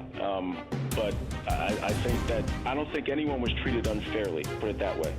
I put my name on the line here to tell an honest. With that said, who is it? Isaiah. You got me. You're good at this too. Broadcasting from the Mercedes Man Cave, this is Dan Patrick. It's hour 2 on this Monday. Dan and the Danettes, Dan Patrick Show. Hope you're well. Come on in, stay a while. Peyton Manning will join us coming up a little bit. He had a conversation with Joe Burrow about the highs and lows of the expectations that come with being the number 1 overall pick, being a rookie quarterback. Peyton said he wouldn't mind if Joe Burrow broke his interception record that he set as a rookie. So Peyton will join us coming up. Reggie Miller will join us coming up as well. Now, I said to Reg, I said, look, I want to have you on, but I want to make sure that you watch the Jordan documentary. And then I was wondering, would he have watched the Bulls documentary last night if he was not coming on the show? Because I think Reggie is prominently featured in episode 8 or 9. But I'm going to, well, we'll talk to Reggie what he thinks of all of this. And, you know, for a lot of these players, it probably brings back a lot of bad memories. For us as fans, it's good memories and reinforces just what Jordan and the Bulls meant to society back then. You know, I said boy band. They were like a boy band. They were like the Beatles. They were the sports equivalent of the Beatles. You'd never seen anything like that. I don't know how long. The Beatles stayed together, 8 years? How long did the Bulls stay together? You know, Mike left for a year and a half, missed 2 seasons, but, you know, you had a similar run there. They were like the Beatles. We had never seen that. Jerry Krause would play the role of Yoko Ono. Oh, no. Yes, probably so. Although, well, I don't know if Yoko ever really helped the band, but she may have hurt the band. Jerry Krause helped build the band. He's the one that made some of these moves here. Jordan fell in their lap. They drafted Tony Kukoc and waited for him to come over. They traded for Scottie Pippen. You bring in Phil Jackson. He made some moves there. But if you're looking for a scapegoat or a villain in the first 2 episodes, that would be Jerry Krause. 877-3DP Show, email address dp@danpatrick.com, Twitter handle at DP Show. Say good morning to our radio partners and, of course, our TV partner. That's youtube.com/The Dan Patrick Show. I'd mentioned a couple of weeks ago they were going to do a test run of the draft. And I saw where Dan Graziano of ESPN is saying that today is the test run. It's a mock draft Monday here. They just want to go get all the teams in place and let them know this is what it's going to be like, this is what it's going to feel like, sound like. And you're going to have it's mock draft Monday, apparently. And the NFL is also still working on a 12-game schedule, 14-game schedule, and, of course, the 16-game schedule. That schedule is going to come out in a few weeks from now. So, poll question, McLovin, what do we have? Okay, will Tua Tagovailoa fall below number 6? 54% say no. Just feels like there's so much information working against Tua. And it feels like you have a singular voice with Trent Dilfer, who's been working out Tua. You know, if he goes to 6, he goes to the Chargers. And once again, I tell you things, hopefully that these are things that are reliable when it comes to the draft. I'm not here to fill up space with just I'm hearing and rumor and innuendo. I don't do that to you. But I was told yesterday by a source, somebody's going up to get one of these quarterbacks. And by going up, your second quarterback is not going to be taken at 5 or 6, from what I'm told. It feels like somebody is going up there. Either the Lions are going to give up the pick or the Giants would give up the pick. It feels like you can get whatever quarterback you want. Now, I was also told the Chargers aren't going to move up. They're not hell-bent on moving up because if they don't get who they want, then they're fine with, getting somebody else or moving down in the draft. That, the Chargers are content with Tyrod Taylor. They are. But I start to look at some of these teams who are looking at the draft going, wait, if Tua is full. Like if you're the Raiders and you brought in Mariota and you have Carr and you have the 12th pick and all of a sudden Tua is there. What are you doing? You got another first-round pick. If you're Carolina, you got Teddy Bridgewater, but all of a sudden there's Tua. If you're Jacksonville, by the way, Leonard Fournette, I guess, is on the trading block. Maybe he could join Cam Newton, wherever Cam ends up, but I found that interesting. And what are you getting for Leonard Fournette, anyway? In today's NFL, I mean, he had 1,100 yards and I think 75 catches. You get him for one more year at a really reduced rate, and then he's going to get a new contract. And so I guess Jacksonville's made it known that he's on the trading block. And after his comments that, hey, why don't we bring in Cam Newton? That didn't go over well, apparently, with the front office. Yes, Todd? Can they forgive Fournette at this point and keep him in Jacksonville after those See comments? what you did? See what you did? What do we got there? B plus? Nah, probably a C minus, D. D. Yeah. All right. D for Denver. Got your Broncos jersey on. Got my Manning jersey. Flying the colors there. Yes, McLovin. Mike Florio said that the Kansas City Chiefs were interested in Fournette. How would that work? Somehow Andy Reid will make it work, but understand if you're getting, what am I giving up to get him? What did you say that Christian McCaffrey was worth if they traded him? A second-round draft pick or third? Yeah, I mean it's crazy. The face of the franchise is worth a second or third-round draft pick in Christian McCaffrey, and he doesn't have baggage. Fournette's a different running back, and then you have this where he says, "Hey, you know what? We should bring in Cam Newton." I just want to know how he would have felt if Gardner Minshew said, you know what, kind of like to have a better running back. I'd really like to have a running back who can actually block or whatever it is, whatever the criticism of Leonard Fournette is. But maybe he can join Cam Newton somewhere. But if Kansas City, Andy Reid would find a way to use him. Let's put it that way. As great as Andy is, he'd find a way to use Leonard Fournette. And that'd be an interesting kind of combination there, fire and ice, where you had Leonard Fournette just banging through the line like Derrick Henry, and now all of a sudden I got Patrick Mahomes, that ability to be able to, like, both could help each other. Not that Mahomes needs that much help. All right, so that's our poll question, and be interesting to see what's going to happen here in the next couple of days. Does Tua come back around where people start to build him up again? Because everybody had their week, it felt like. Justin Herbert had his. Joe Burrow has had his. He's had some months here. But then somebody came out and said, I don't know if it was a scout or GM or a coach who was anonymous, who said, I see him as like a third-round draft pick here. Like, okay. His arm strength. I want to know what your mental capacity is to play the position, because that position, more than any position in sports, is the mental aptitude is what I want to know. How do you process? What do you see when you go to line of scrimmage? You're going to check down, you're going to audible, you're going to go from one receiver to your next receiver, you're going to do your reads. Like, those are the things you have to do. And two of the, look at the great quarterbacks of all time. I mean, Peyton did not have a strong arm. Joe Montana did not have what you would consider a rocket arm. Tom Brady did have zip to it, his ball. But I think we get caught up in, you got to have the measurables. Drew Brees. Like, how do you explain Drew Brees? You can't, because you can't explain the mental acuity, the capacity to be able to do what they do in real time, to be the mentally tough part of this. And it goes back to, when you throw an interception, what you do after that shows me a whole lot more than after you've thrown a touchdown. I want to see who you are in that position. And Tua is probably going to show us a whole lot more, because he's coming back from these, a devastating injury. He's already showing me things that I love in the quarterback. I don't like that he's injury prone, or the perception he is, but I love that mindset of, I will come back and I'll be better than I was before. And to have that, you're going to have those days, you're going to have those moments, you're going to have those months, you're going to have those years. And then what do you do when that happens? But I think, maybe Tua gets knocked down a little bit, and then we'll see if it's all smokescreen.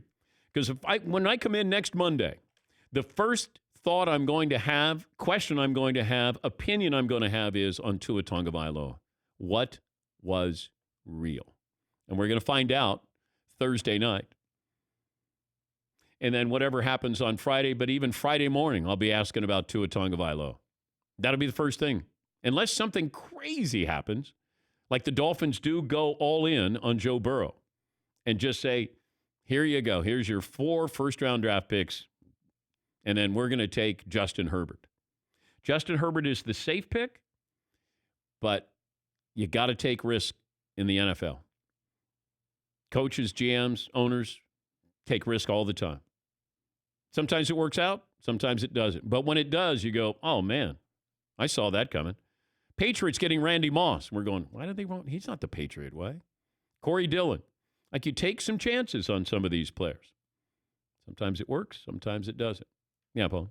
I love the mock draft reaction. If you look at the Boston media, all the Boston media today is leading with Peter King's column, which predicts the Patriots will trade up to get Tua in this latest mock draft. I mean, that's the number one story in Boston right now. Yeah. Is it conspiracy theory? Does Nick Saban want Tua to go to Bill Belichick? These are all the rumors. That's all it is. Yes, McLovin. Can we talk about the very important metric about how they threw at the Dan Patrick Show Super Bowl set? Because I have to be honest, Joe Burrow wasn't necessarily bringing it when I was out there catching passes. It was accurate, but it wasn't Kyler Murray.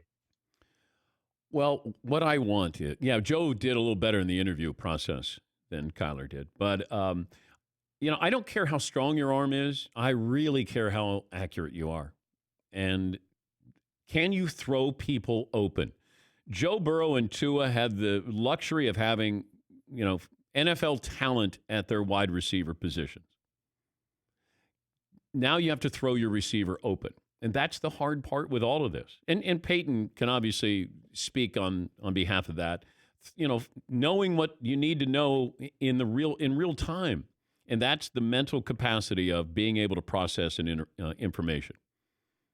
Carolina, when they got Cam Newton, they kept it simple from what he did at Auburn, which was the smart thing to do. They wanted Cam to be Cam from Auburn, not, hey, you come in, now you got to change. You got to do what we do. I feel like the teams that bring in a quarterback, they let that quarterback be the player they're drafting instead of, hey, you could do that in college. You're not going to do that here.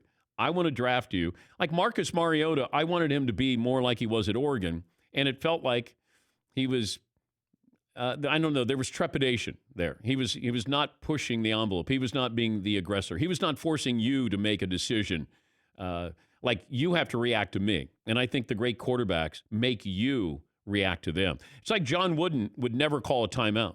He wanted you to always call a timeout. He wasn't preparing for you. He wanted you to prepare for him. And I think the great ones are able to do that. You react. I want to see how you react. Yeah, Paul. But it's funny that we have these people in studio. Whenever we have a quarterback in or a draftee in, I always look at them and say, based on their personality, what I think. And when I saw Marcus Mariota, I'm like, boy, I really like how chill he is. I love the fact that he seems kind of like a nerd, the kind of guy on a Saturday night who's probably watching tape at home in his apartment. And I thought that was a good thing. Now, he's a nice player, but he never really got there. But sometimes their personality, the nerdier they are, I think the better. Well, you talk yourself in and out. You'll be like, man, I love the demeanor on that guy. And it could be either he's really cocky, like Jameis Winston came in, and very pleasant, but, you started to wonder, hey, I got all this baggage that goes along with that. Something's missing there with that guy. But we've had, Johnny Manziel came in. Hey, couldn't have been friendlier and saying hello to everybody. And, but then you got that feeling of, is he sort of playing the room here?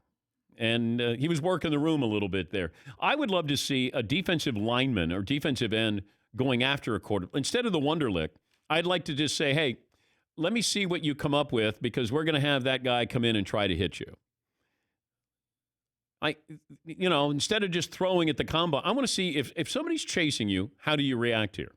But all of that's silly. All I do is look at the game film. and you'd think what Tua did in the SEC, Joe Burrow did in the SEC, I'm okay with that. Remember, I felt bad for Deshaun Watson because I thought, man, he's right there. Like, he's right there. He did everything you wanted. Now, you can say, all right, did he do it against great competition? When he had to, yes, he did. Yes, he had that game against Pittsburgh. But he was right there in front of us. And we don't want what's right in front of us. It's like Jordan Love, the great mystery. Jordan Love. Well, wait a minute. These guys did this. Justin Herbert did it in the Pac-12. He did it in the Rose Bowl. And I don't know. But Jordan Love. Yeah, but he didn't do anything last year. Yeah, but he's got all the measurables. Those things get you fired. Measurables get you fired. They do. Man, he's got potential. Potential gets you fired. Couple of phone calls, take a break. Peyton Manning will join us. Let me get to Matt in Kentucky, then we'll take a break. Hey, Matt. Hey, Dan. 6'1" and a 190. All right.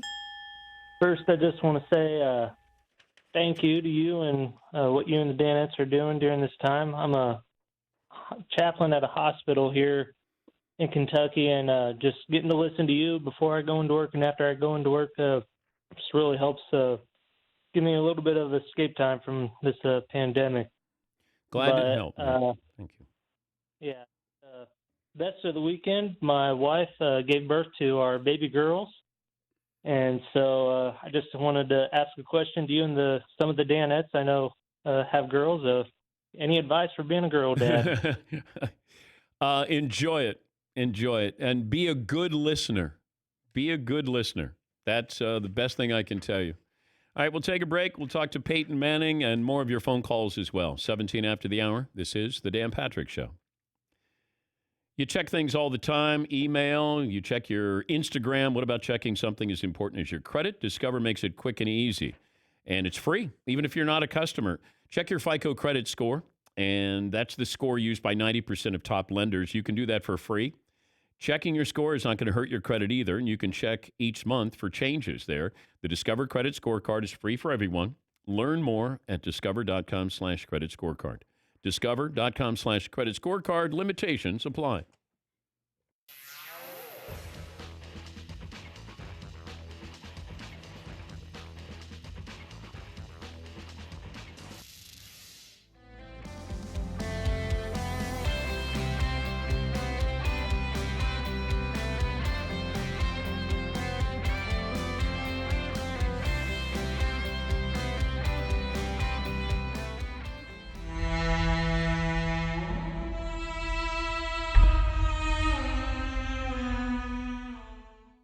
But if it's me, this is what I do. Step up.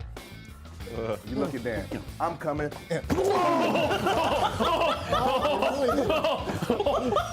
wasn't that set on the See, that's how you have to hit a quarterback. He really hit you. Wow. That was Wow. instant focus.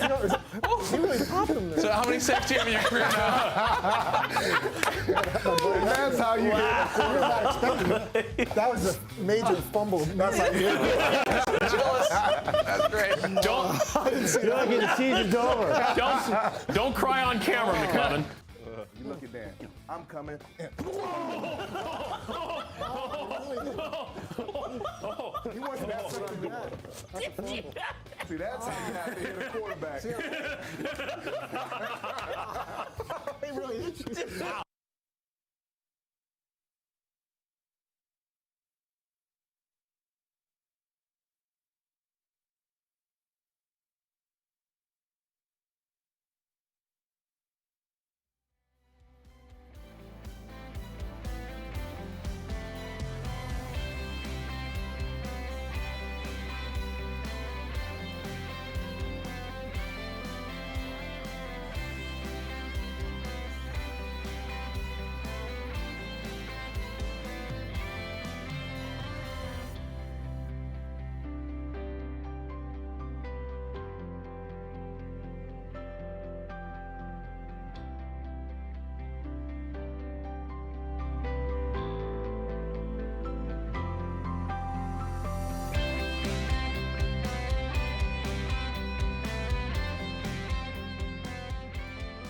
be C-O-O-K-I-E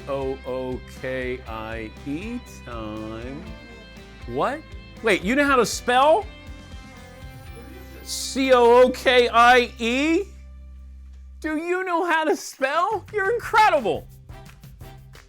You're incredible.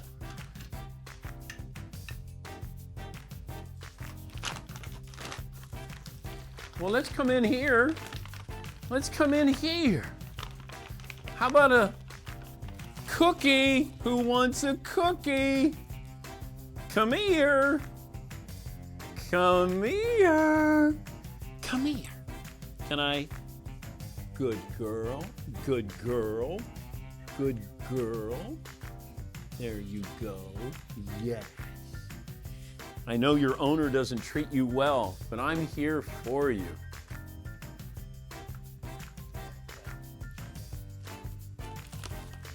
Wait a minute, is there another piece to the cookie? Come here. Now, if I go, okay, there it is, and I go like this, and then I go, okay, which hand? No, it's not in, no, it's not in that, no, it's not in that one. It's in this one. It's in this one. Yes, you did it. Yay! You're incredible. Okay, go lie down.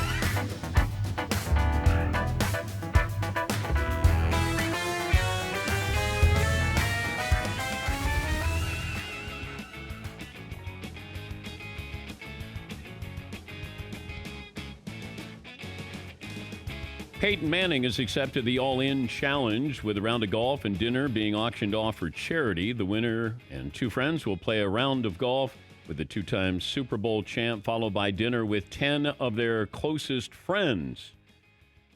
More on this with Peyton Manning, the All-In Challenge. Am I eligible for this, Peyton? Sure you are, Dan. I was thinking about throwing you into the package to see if that increased the value of it, but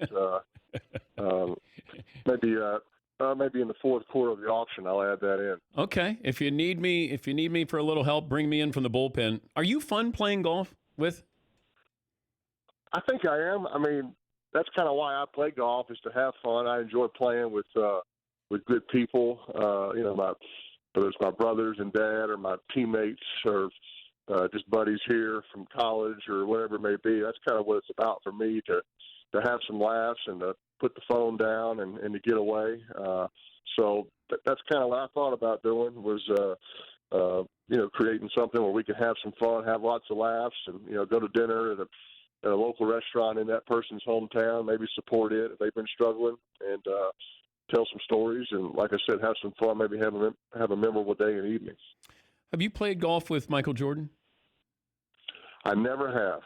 I know how much he loves to play, but I've never gotten the chance to play with him. I remember I saw Michael Jordan at with two things. The first time I did a commercial, really ever, kind of a national commercial, was after my second season in the NFL. We had a good year with the Colts, so I did a commercial with Michael Jordan for Gatorade. And what I remember was, it was the first time I was introduced to what a double was, what kind of your double for the commercial was. Somebody to stand in, somebody that was the same height as you, kind of had a similar look.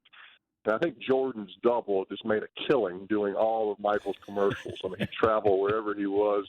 And he did kind of look like him. And I remember I'd get there, they go, "Oh, Peyton, your double's hair is a little shorter than yours. Do you mind if we cut your hair to match your double?" And I was like, "Isn't it supposed to work the other way around? Like the double match me? Like, would you tell Jordan to shave his mustache to match the double?"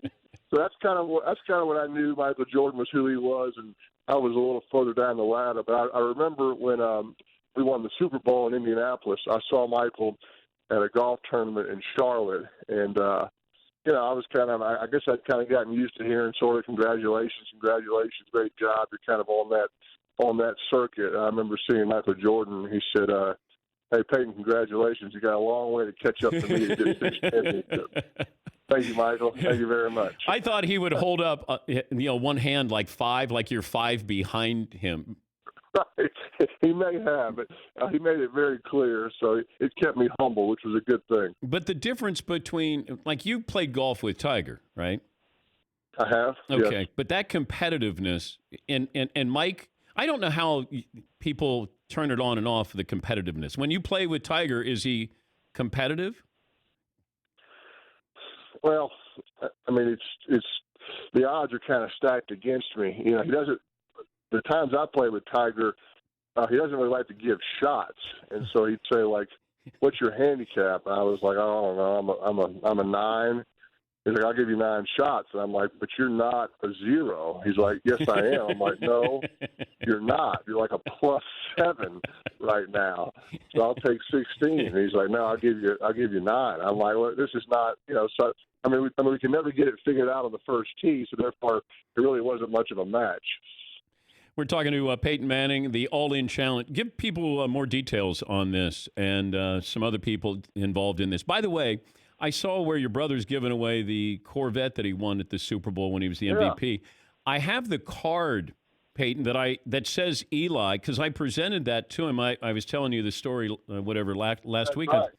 I don't know if the person bidding on that wants the actual card that says Eli Manning, you've just won this, you're the MVP of the Super Bowl. But if absolutely okay, because absolutely that should be in it. Yeah, let's okay. I'll figure out how to get that to Eli because Eli's going to present the car to the actual winner. So I just hope the winner is like in Seattle, Washington. Eli has to travel all the way out there and pay for the shipping out there. I mean, I think he thinks it's going to be in New York somewhere, some big Giants fan. But there's lots of Giants fans in Seattle, too, I think. So, how about Hawaii? Yeah, no, exactly. It's in the United States, so Hawaii's in play. But, I guess when you got 2 Super Bowl MVP cars, you can give one away. But that's pretty cool for Eli to do that and to give it away in person. And the All-In Challenge, Dan, it's put on by Fanatics. It's just, it's inspired by the Ice Bucket Challenge a couple of years ago by J.J. Watt's kind of fund he set up for the hurricane in Houston, and just a chance for people all over the world to contribute and to participate in kind of a fun event. Either there's raffle items, there's a chance to be on a Leonardo DiCaprio movie. You can buy a raffle ticket for $10, and you might win. The more raffle tickets you buy, maybe the better chance you have to win. Or there's kind of pure auction items, sort of behind the ropes experiences. I think Tom Brady's offering dinner with him after their first game with the Bucs and his game used jersey and cleats from that game. Eli's doing the car. I'm doing golf. It's a chance for athletes and actors to kind of offer behind the ropes experiences for people all over the world to bid on and contribute. All the money's going to hunger programs to feed kids who aren't getting fed properly, to feed people who are out of work that need food, to provide meals to frontline workers via restaurants that need support. So it's a win-win all the way around, and a lot of people hurting out there, as you know, and so the more support we can give, the better off we'll be. How do you think social media, these mock drafts, would handle you coming out of Tennessee when you did, if it was happening now? I tell you, that's something everybody kind of needs to get ready for coming out. And of course, there wasn't social media then, but I remember I remember somebody telling me, hey, look, just so you know, you're about to get picked on and kind of broken down during this pre-draft process. That's just what they do, is they sort of point out all your weaknesses and tell you the things that you can't do. And I remember for me, kind of the buzzword was he doesn't have any upside. I was like, no upside? I'm 21 years old. I mean, I have to have a little upside. I mean, my neck might get a little longer. I mean, that's going to grow. And I think I probably could get a little faster and quicker because the bar's pretty low and I can put on some weight. So I don't know. That's just part of it, I think. That's the norm. And, of course, there's so many outlets now. And the last thing we need is another draft analyst. I mean, I thought Mel Kiper always done the best job, and now he's got there's 50 other people trying to be Mel Kiper. Nobody's going to get his hair, of course, but there's a lot of analysis out there. So I think it's a relief to these players when the draft finally gets here, Dan, because then you find out where you're going to work, where you're going to live, and you can start that process right away. I remember when I got drafted in New York, I flew to Indianapolis. I got my playbook. I flew back to Knoxville. We had a little draft celebration party, and I was back in Indianapolis a couple of days later getting ready for a mini camp. Does the Wonderlic score matter? I don't really think it does. I can't remember what I did. All I remember, Eli had this incredible score. I think he had 42 or something. But I remember Eli came and spent a couple of days with me in Indianapolis before the combine. And I remember when he actually took the Wonderlic, he told me, he goes, Peyton, the test that I was studying last night at your house was the exact test that I got for the Wonderlic, the exact test. And so he made 42, which was awesome. I think I made 23 or something. And so I'm like, that's awesome, because the tests are kind of out there. There's no doubt you're going to get there's no question, there's no guarantee you'll get the same one, but you kind of knew the sample questions. But Eli's kind of forgotten to tell that story, and all he says now is how much smarter he is, that Ole Miss people are smarter than Tennessee people. So wait, you just sold him out here. Well, it's what brothers do, right? We try to keep each other humble. And statute of limitations is up.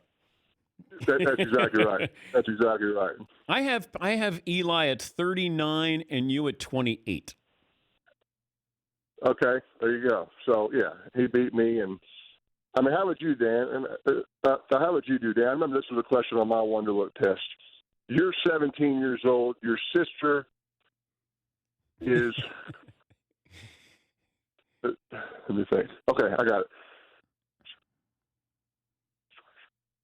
Yeah, you're 17 years old. Your sister is twice your age. When you're 23, how old will she be? Wait, now, you're on the clock here. Oh, you're I know. So I'm 17, and she's run that by me again. You're 17 years old. Your sister is twice your age. Okay. When you're 23, how old will she be? Okay. So she's 34, and she would be 40? No, she's always going to be twice your age, right? She's 46. Oh, okay. No, actually it's 40. But see, you would have been wrong because you weren't very Wait, I just said 40. I know, but you got to be. I mean, you have to be firm in it. If you're wavering. Oh, now I got to be firm in it. Wait, you screwed up the question and the answer. You only have 12 minutes to do it. So there's no. I mean, you're probably in the low teens at this point. I'm okay with that because C's get degrees, Peyton. All the great, Marino, Jim Kelly. We didn't care about any damn Wonderlic. We're here to play football. That's right. Yeah, ask Greg McElroy how it feels to get a great grade on the Wonderlic. What are you doing besides? I love the Peyton's Places with Raymond Barry. I really was touched by that. I thought it was wonderful. You've done a great job with it. you're going to be 44, right? That's coming up. At what point do you say, where's my competitive juices? Where are they going to be flowing? What do you want to do that really, can anything supplement playing quarterback in the NFL? What comes closest? I'm not sure there is, to tell you the truth. And I think the fact that at least I've sort of identified that instead of looking for something that's going to give you that same rush of running out on the field before a game or celebrating with your teammates in the locker room, I mean, it just doesn't get any more of a high than that. And I think trying to chase that in sort of your second chapter can be a mistake. So I've tried to find little things, maybe a combination of things that still keep me stimulated, keep me interested, keep me busy, keep my kids seeing me working, whatever it is that I'm doing. So whether it's being a part of different projects with the NFL, a number of philanthropy projects, Dan, that I've been heavily involved in, and I kind of find myself competing, trying to raise more money for the cause than we did the year before. Certainly my time with my family, even more so during this quarantine time, that has been one of the positives of it, that you truly do get to be together as a family, no traveling, which has been okay with me. So, I don't have all the answers, and I don't really use the R word. Everybody says, "How's retirement?" I'm like, I'm not sitting on my couch all day. Or maybe I am now during the quarantine, but for the most part, I find myself kind of busy and stimulated, participating in a lot of different projects and kind of a part of a number of different teams, if you will, and that's keeping me going, and I'm enjoying doing it. Yeah, I know that there was the Monday Night Football talk, but there'll be other jobs there. What I look forward to seeing one day, if it ever happens, is a camera behind the quarterback as he goes to the line of scrimmage, and you in real time as an analyst saying, hey, I see this. There's the Mike linebacker here. Now, you see the free safety here. Now this is where I would be. I'd change the play here, or this is what I would run. Like, putting us in that moment as no other quarterback has ever been able to do in real time is the fascination that I have with you as a broadcaster. You'll find you have enough jobs here and doing enough things, but I would hope one day to see you do a game in real time live and take us to the line of scrimmage. Well, I appreciate that. The challenge with broadcasting, and the ones that are great at it, like Tony and Chris Collinsworth, and of course the all-time great John Madden, is to be able to share all that information in 5 seconds. Yeah. See, I could talk about a play for 2 hours, the same play. I mean, when I was watching, I was rewinding over and over again. Well, you don't have 2 hours, so I'm not sure I'd be as good at it, knowing I only have 5 seconds to talk about what a quarterback's saying at the line of scrimmage. But I'd be glad to send you like a long voice memo or a selfie video, just kind of talking through it. I'd be glad to share that with you. Okay, all right. Maybe just one play a week. You just say, "Here, Dan, here's your one play." There you go. That'd be it. There you go. And you could spend an hour and a half, 2 hours on that one play and tell me everything you see there. But I think it would be great. I really would. And maybe I am being selfish. Yeah. That's okay. Yeah. That's okay. I appreciate that. Thank you.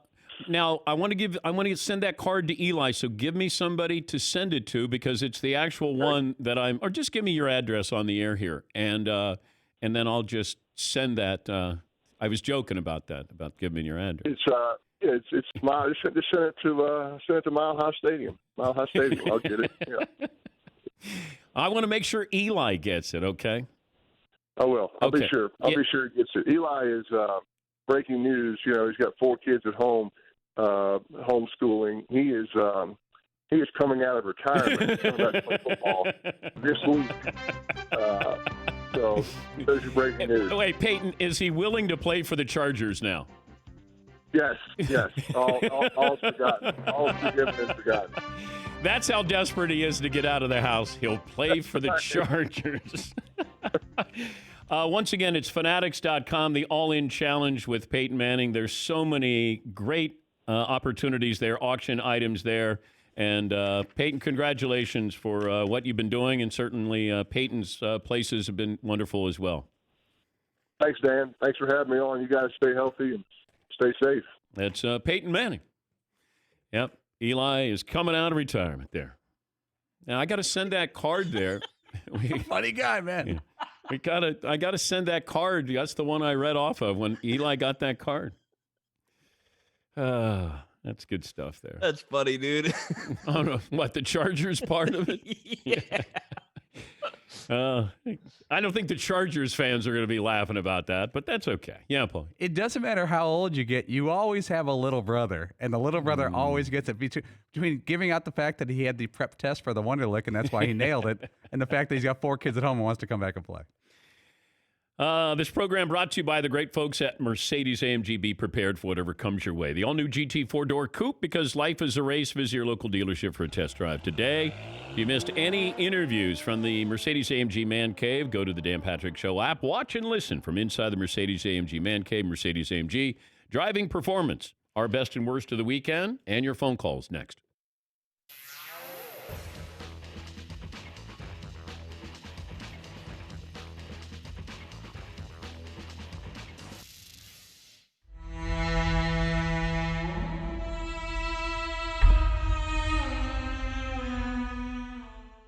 All right, before you leave, we've had the quarterbacks, Marino, Alex Smith. They've thrown a couple passes to McLovin. McLovin has gloves on. We prepared a football for you.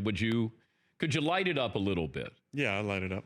Okay, because I don't know. I've only thrown the 3 footballs yesterday since you got November, injured. but I'll be all right. Okay, and are you 100% now? Yeah, I feel good. Okay. Yeah. All right, we're going to find out. McLovin, stand up. All right. By the way, Case Keenum brought a jersey for McLovin. Oh, no. You're not going to All right. How's that? Is that a Greg Jennings jersey? How does that impact how you're going to throw the football at McLovin? He's got a Vikings jersey on here. You got to get a helmet on, McLovin. Get your helmet. I really need a helmet? Well, I don't. Do you trust Aaron that he's going to hit you right where he needs to hit you? All right. Yeah. All right. Here we go. All right. It's been quite a week for McLovin. Dan Marino threw a couple balls. Alex Smith, Case Keenum. Now, there you go. He's got his run. What do you want me to run? He's your Jordy Nelson here. Yeah. Yeah. Just go down and stop. Yeah. Okay. Why don't you just stand? Get your head around quickly. No. We're doing 2, right? Okay. 2? Yeah, we're doing 2. Okay. All right, here we go. All right, McLovin. All righty. Oh, boy. What?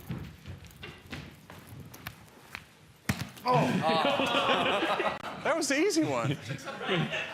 I got taken out by the safety. I had no idea that was there. Can someone help me out a little bit? Well, why don't you just stand there so you don't run into the pole? All right. Wait. Can you throw a little harder, Aaron? Come on. Yeah, I said one easy, one hard one. Yeah.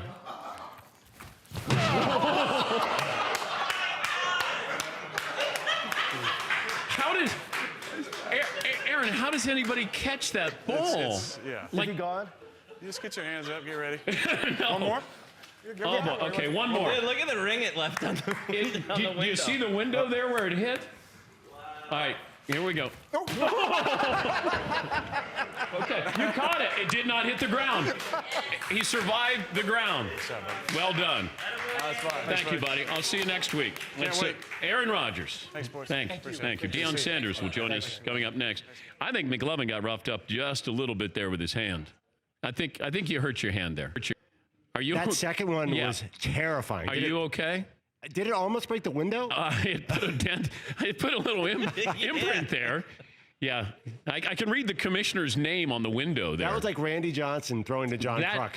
That velocity, I mean, it's on you, and you're about 15 yards away, but that's some heat there. Yes, Paul. I think we're losing our security deposit on this bad boy. We haven't broke anything yet.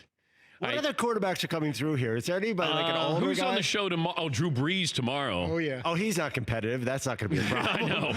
Brees is probably the most competitive guy who comes in the building here. A certain Giants quarterback, Eli Manning's also going to be part of it. Eli's going to join us? All right. J.J. Watt will join us as well.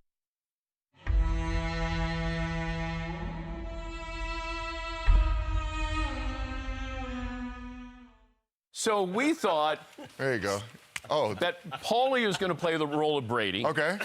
And you get a chance to stop Brady this time. All right. So, open field, This is Dan, I have a moment to speak. Open field. He's not getting by. All right, don't hurt him too bad. Let me check my footing here. I don't know about you're the turf good. here. You're good. Yeah. Lifelong Bears fan. No. Put it on the table. Well, I remember last time I It was crushed his it. Yeah. idea. Father of two. Congratulations. No, we'll say this at your funeral. Thank you. Yeah. Okay. All right, Are you so- ready? No. So I'm kind of dropping back. Oh, look, he's running. All right, hold on. What are you going to do? I don't want to get juked again, so tell me what you're going to do. I'm slower than Brady. I don't want to get juked again, so I'm not going to go in full speed. So I'm going Here we juke, go. juke, For one. and then going that way. Okay. Okay, here we go. Which way you going? Give me the ball. Yeah. There we go. Yeah. That's what I wanted. Take that, Brady. Yeah, there we go. Give me that ball. Take that, Brady. Oh, sorry. Hold on. Yeah, that's what you did the should first have down? done. Oh, if it would have been that easy. I think If I Tom can once get that. just said I would have went like this and Ask me that. some questions. Okay, he's in concussion protocol Oh, here. you're out. 6 weeks.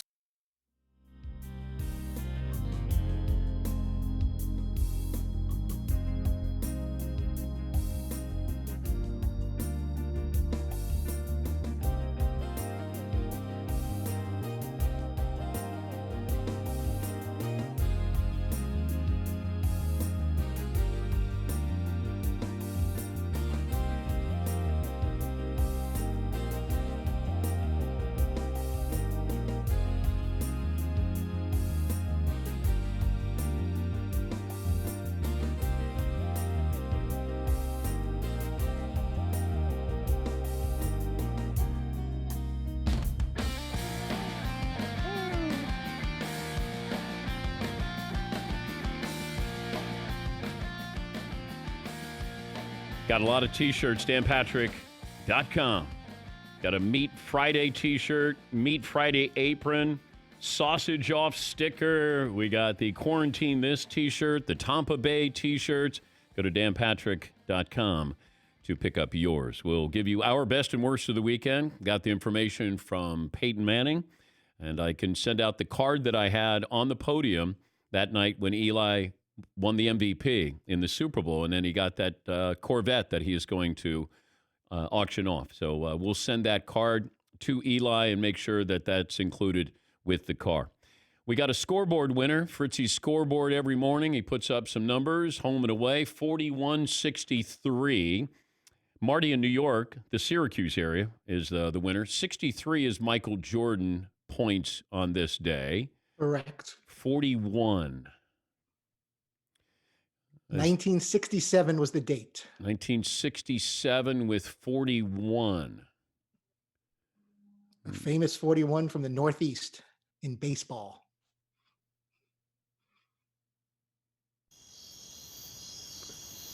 A New York Met pitched with Matlack and Kuzman. Tom Seaver. Tom Seaver got his first victory on this date in 1967, beating the Cubs 6-1. Obviously wearing number 41, Tom Terrific. Wow. First win this date in 67.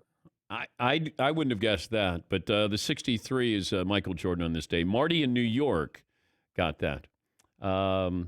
This is from Ian Rappaport. A draft tidbit to file away for Thursday. The Giants have spent a lot of time researching Justin Herbert, a process that included FaceTime conversations with Coach Joe Judge.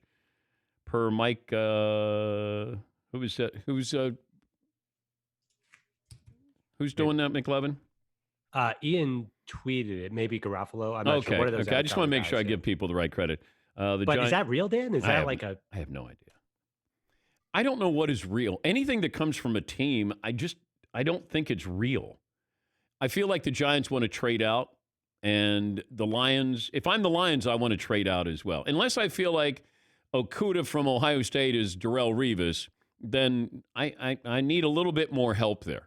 But when I brought this up to a source, I said, would the Lions take Tua? And he said, no, that staff needs to win now. Because if they don't win now, there's a new staff coming in. That's why they wouldn't do something as crazy as that. All right, go around the room. Best and worst of the weekend. Todd, I'll start with you. Best and worst. My best of the weekend, watching several old boxing matches on ESPN Saturday, the Rumble in the Jungle. I saw Holyfield Foreman, De La Hoya, Julio Cesar Chavez, where the weather was 98 degrees at Caesar's Palace. That was a fun time all day Saturday watching boxing. Worst is, I'm not sure if there'll be more Bulls mic'd up practice footage in future episodes, but I wanted a lot more of MJ getting on Ron Harper and his teammates. I was disappointed. Just when I was getting into it, it kind of ended. So I'm hoping we're going to see MJ get in the face of his teammates a little more. McLovin? McLovin? Sorry, best is going to be Trolls World Tour. It's available now. It's a movie that's out in theaters. We watch it 30 times. It's a great way to distract kids. I don't know if you've seen that, Dan, but it's become a bit of a phenom. Justin Timberlake's awesome. The other best is the Rolling Stones performing on one of those concerts on Saturday night. They got together and did You Can't Always Get What You Want. And a lot of great musicians. Jagger still looks pretty good, man. At his age, he's still pulling it off, man. Seton, best and worst. My best and bestie worst-ish are both movie reviews. I watched The Invisible Man, this new one with Elizabeth Moss, and I thought it was really good. I liked it a lot. I thought it was creepy as hell. Okay. But if you're into those kind of scary movies, a little gory, but that was really good. And then I watched the remake of, or sort of an update maybe, of Call of the Wild with Harrison Ford. And it was good. I actually really enjoyed it. The best part of the movie is probably, the dog and the scenery, both of which are completely fake.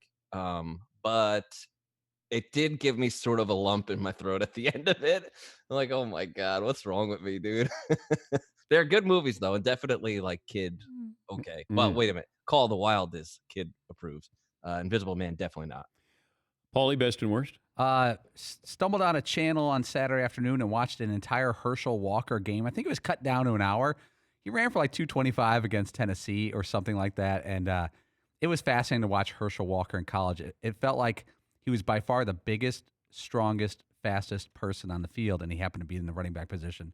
The other best part was the music during the Michael Jordan Bulls documentary. I thought they did a good job matching the music of the time. They did I'm Bad by LL Cool J around the 63-point performance, and it took that moment and made it even more interesting because of the music of the time. Jeff in Detroit, back on the program. Hi, Jeff. Best and worst of the weekend. Hey, what up, though, Dan? Are you still doing the draft party? Before I get to my best and worst, are you still doing the draft party virtually on YouTube with chat row and everything? I don't know if we are, because I don't know if I want to, spend 4 hours just sitting, talking to the dentist. You. I mean, you deal with us all day, every day, but we would love it, man, for sure. That's the worst of the weekend. My worst is that I'm still a Jordan hater. As much as I want to say, okay, yeah, he's the greatest, this, that, and the other, it's just that little, after all of these years, and my boy said, you still hating on Jordan. No, I still won't buy none of his shoes, still won't say he's the greatest. I'm loving LeBron versus Jordan arguments, knowing that, of course, Jordan is the best. My best of the weekend, stumbled upon a little gem on Netflix. It's called Car Masters Rust to Riches, and it's a car restoration program, but they kind of throw you a curveball. They got, the owner that has money and the wiry shop guy that knows everything. But imagine Chrissy Teigen with the ability to drop a 454 and put you up on game on your motor. They have her name is Constance, gorgeous as all get out, and put you up on game. Let me know that maybe I need to go get a LS7 and put it in my car. You know what I'm saying? So it was a pretty good show. Check it out. All right, thank you, Jeff. I will. I'll check that out. Got other things. Bosch came out. So you like car shows, though? Yeah. I mean, I'm fascinated with people who can do things with their hands like that. And where they go, hey, I'll drop that engine. Hey, I'm rebuilding this, 327. And I go, really? Can I watch? I mean, that's what I'm doing with this car that I'm watching somebody restore for me. I'm just watching him do it. And, I always say, he'll be doing things. And I'll say, tell me what you're doing. He goes, well, I'm just dropping the engine. I go, I know, but tell me what you're doing. Do play-by-play here. Go slow. It's like car porn. Just go slow when you're talking about dropping the engine. Go slow when you're going to take it down to bare metal. Go slow. Very slow. More phone calls coming up. Best and worst of the weekend. Reggie Aloysius Miller Jr. III will join us. What did he take away from the Bulls documentary? Back after this, final hour.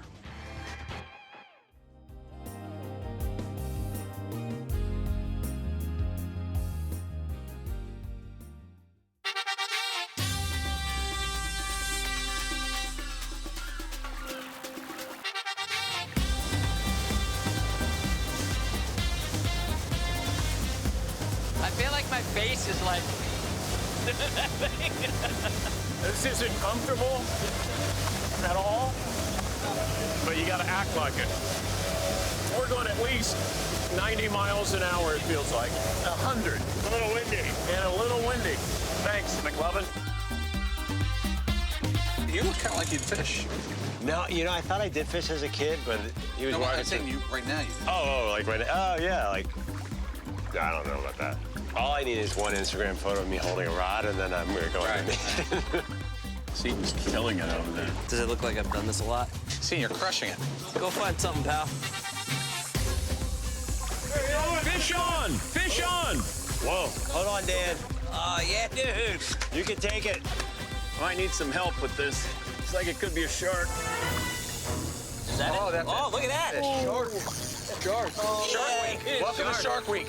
Remember what happened to Quint in Jaws, Dan? Don't go by the back of the boat.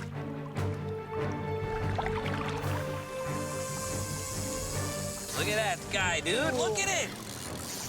That's so awesome. He's an energetic fella. Oh, wow. Nice, Danny. What happens if you put your hand right in there? You want to find out? Good job, little guy. And he's... I think we should celebrate with a beer. Yes.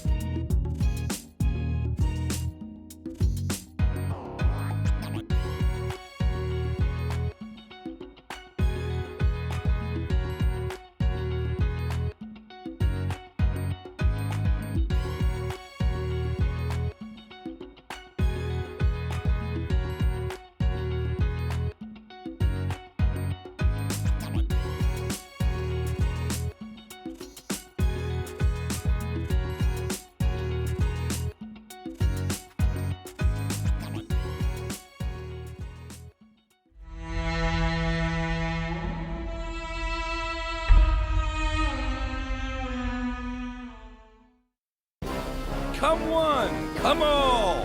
The DP Circus has landed in Milford. Yeah. Wow. Look at you. There will be games of skill. You can't even stop him. You can only have to contain him. Feats of strength. Well, maybe not. I can't do anymore. Even unimaginable horrors. It's great to be on the show. We've got treats for everyone here. Not to mention something that's appealing to the eye. Nice. Nice. And our clown is no bozo. 1, 2. Yeah. The freak show starts right now. Wow.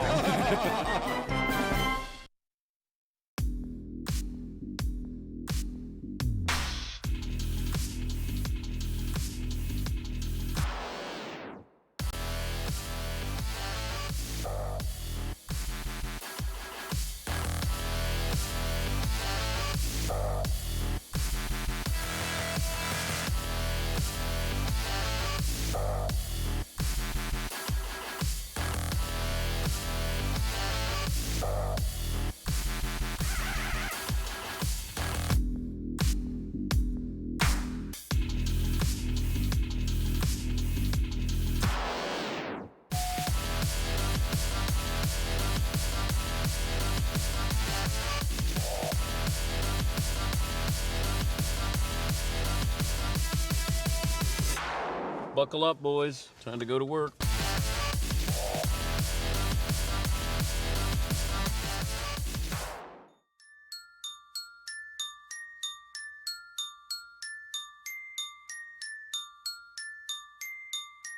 Dan Patrick. Dan, it's great to hear your voice. It's the Dan Patrick Show, bringing you sports talk while you're sitting at home. Jason Hare, he is the director of ESPN's The Last Dance. Who's going to be upset with the way they're portrayed in this? I'm starving for answers, too. Who is going to be mad? Who is going to be pissed that they came away looking like that? If they're upset, they're going to be upset because they were portrayed honestly. I'll say that. But I think that I don't think anyone was treated unfairly. Put it that way. I put my name on the line here to tell an honest. With that said, who is it? Isaiah. You got me. You're good at this too. Broadcasting from the Mercedes Man Cave, this is Dan Patrick. Final hour on this Monday, Dan and the Danettes, Dan Patrick Show. Reggie Miller will join us, get his thoughts on the Chicago Bulls documentary. Got off to a flying start last night, and one big takeaway, Jerry Krause was certainly unpopular. The Bulls fans actually booed their general manager during the ring ceremony. The ring ceremony. This is a team that Jerry Krause helped build. But the documentary sets up Krause as the one to blame for the dynasty coming to an end. I don't think he got enough credit for what he did to build the dynasty. He got all the blame for dismantling the dynasty. And Jerry Reinsdorf didn't have any blood on his hands. Imagine the owner is going to say to the GM, okay, we're not going to bring him back for one more year. Now, you can say Scottie Pippen was never the same after that. He went to Houston and Portland, and you're right.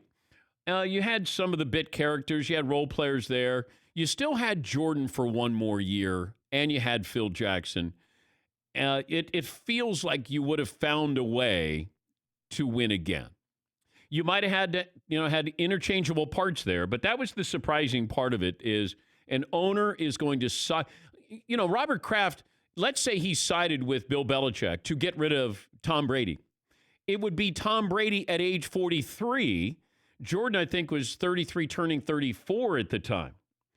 Crazy when you think about it. But the first episode was quite revealing.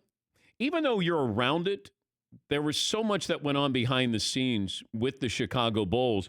I did not know that they were known as the traveling cocaine circus. This was before Jordan got there.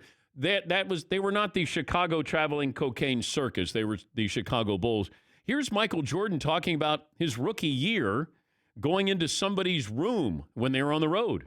I had one event, preseason, I think we were in Peoria. It's in a hotel. So I'm trying to find my teammates. So I start knocking on doors. I get to this one door, and I knock on the door, and I can hear someone says, shh, someone's outside. And then you hear this deep voice says, who is it? I says, MJ. And then they all say, he's just a rookie. Don't worry about it. So they open up the door. I walk in, and practically the whole team was in there. And it was like things I've never seen in my life as a young kid. You got your lines over here, you got your weed smokers over here, you got your women over here. So the first thing I said, look, man, I'm out, because all I can think about is if they come and raid this place right about now, I am just as guilty as everybody else that's in this room. And from that point on, I was more or less on my own. Yeah, Mike would go in and take the top floor of a hotel. It was just that. Mike certainly got away from his teammates back then. But those were teammates that, he wasn't going to hang with Rodman. And he probably didn't hang with Pippen. It was Ahmad Rashad. And then he would have Randy Brown. And, he had a couple of guys that weren't star players, I think, that he hung around with. But it was usually Ahmad Rashad who was always there with him. But it was fun to see. And, that's just 2 episodes.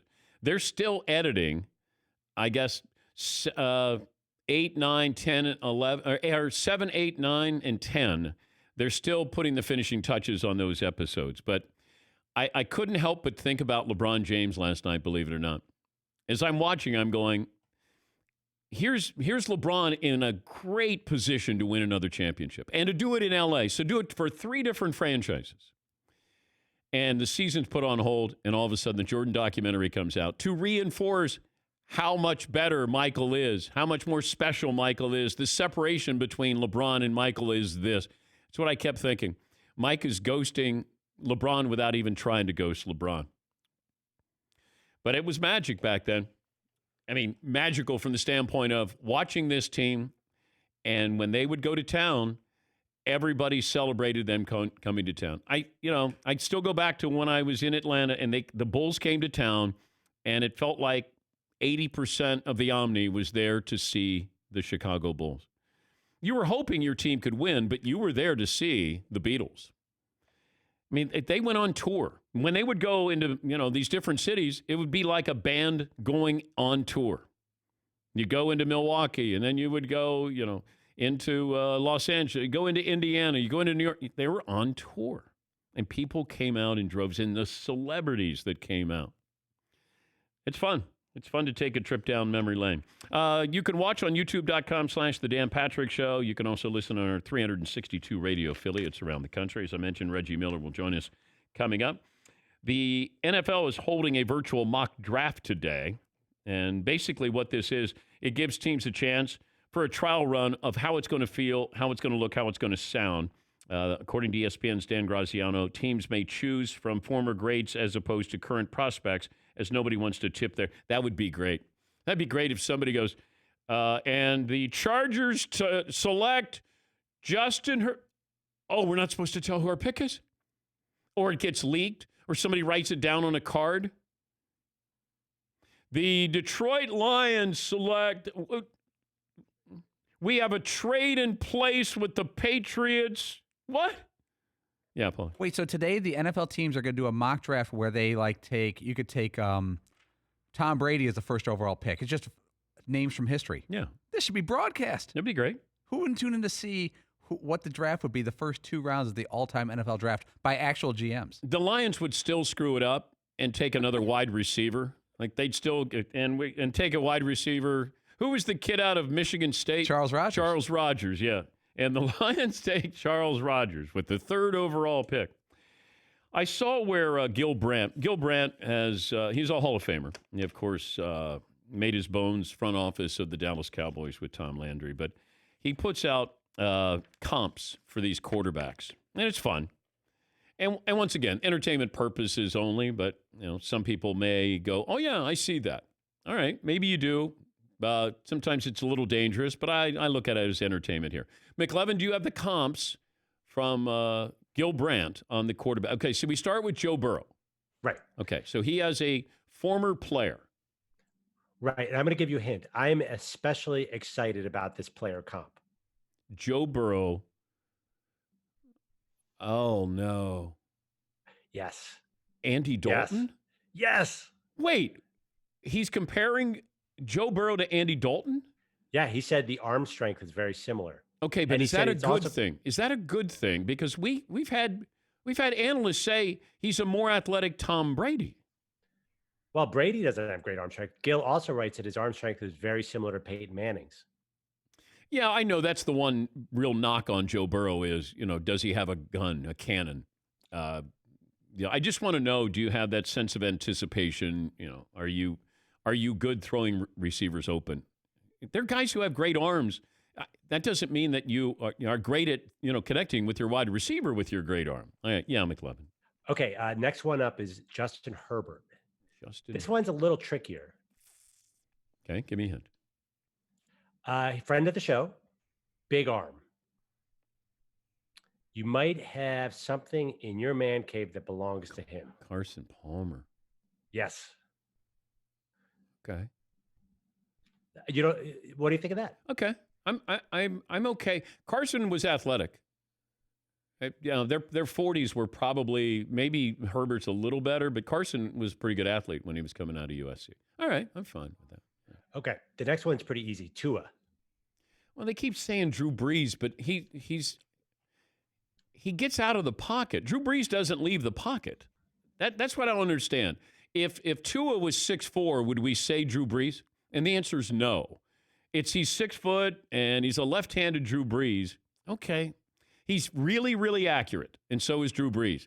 that's, to me, where the comparisons end. One's left-handed, one's right-handed. Drew stays in the pocket. Tua gets out, extends plays. So I would say more like Russell Wilson as far as using his athleticism, but Drew Brees, accurate. So it's Drew Brees, right? Drew Brees. All right. Yeah. All right. Okay. Jordan Love. This one is really hard to guess, but it's a lot of fun. Okay. Jordan Love. Athletic, mystery. How old is the comp? How old's the player? He left the NFL a couple years ago. Left. Well, I don't know. Actually, I'm not even sure. Yeah, he definitely is not in the NFL. He was going to be in the broadcast booth, but now he's a reality TV show. Oh, Jay Cutler? Oh, no. Wow, that one's interesting. What? Jay Cutler had some good moments. Oh, I know. I just...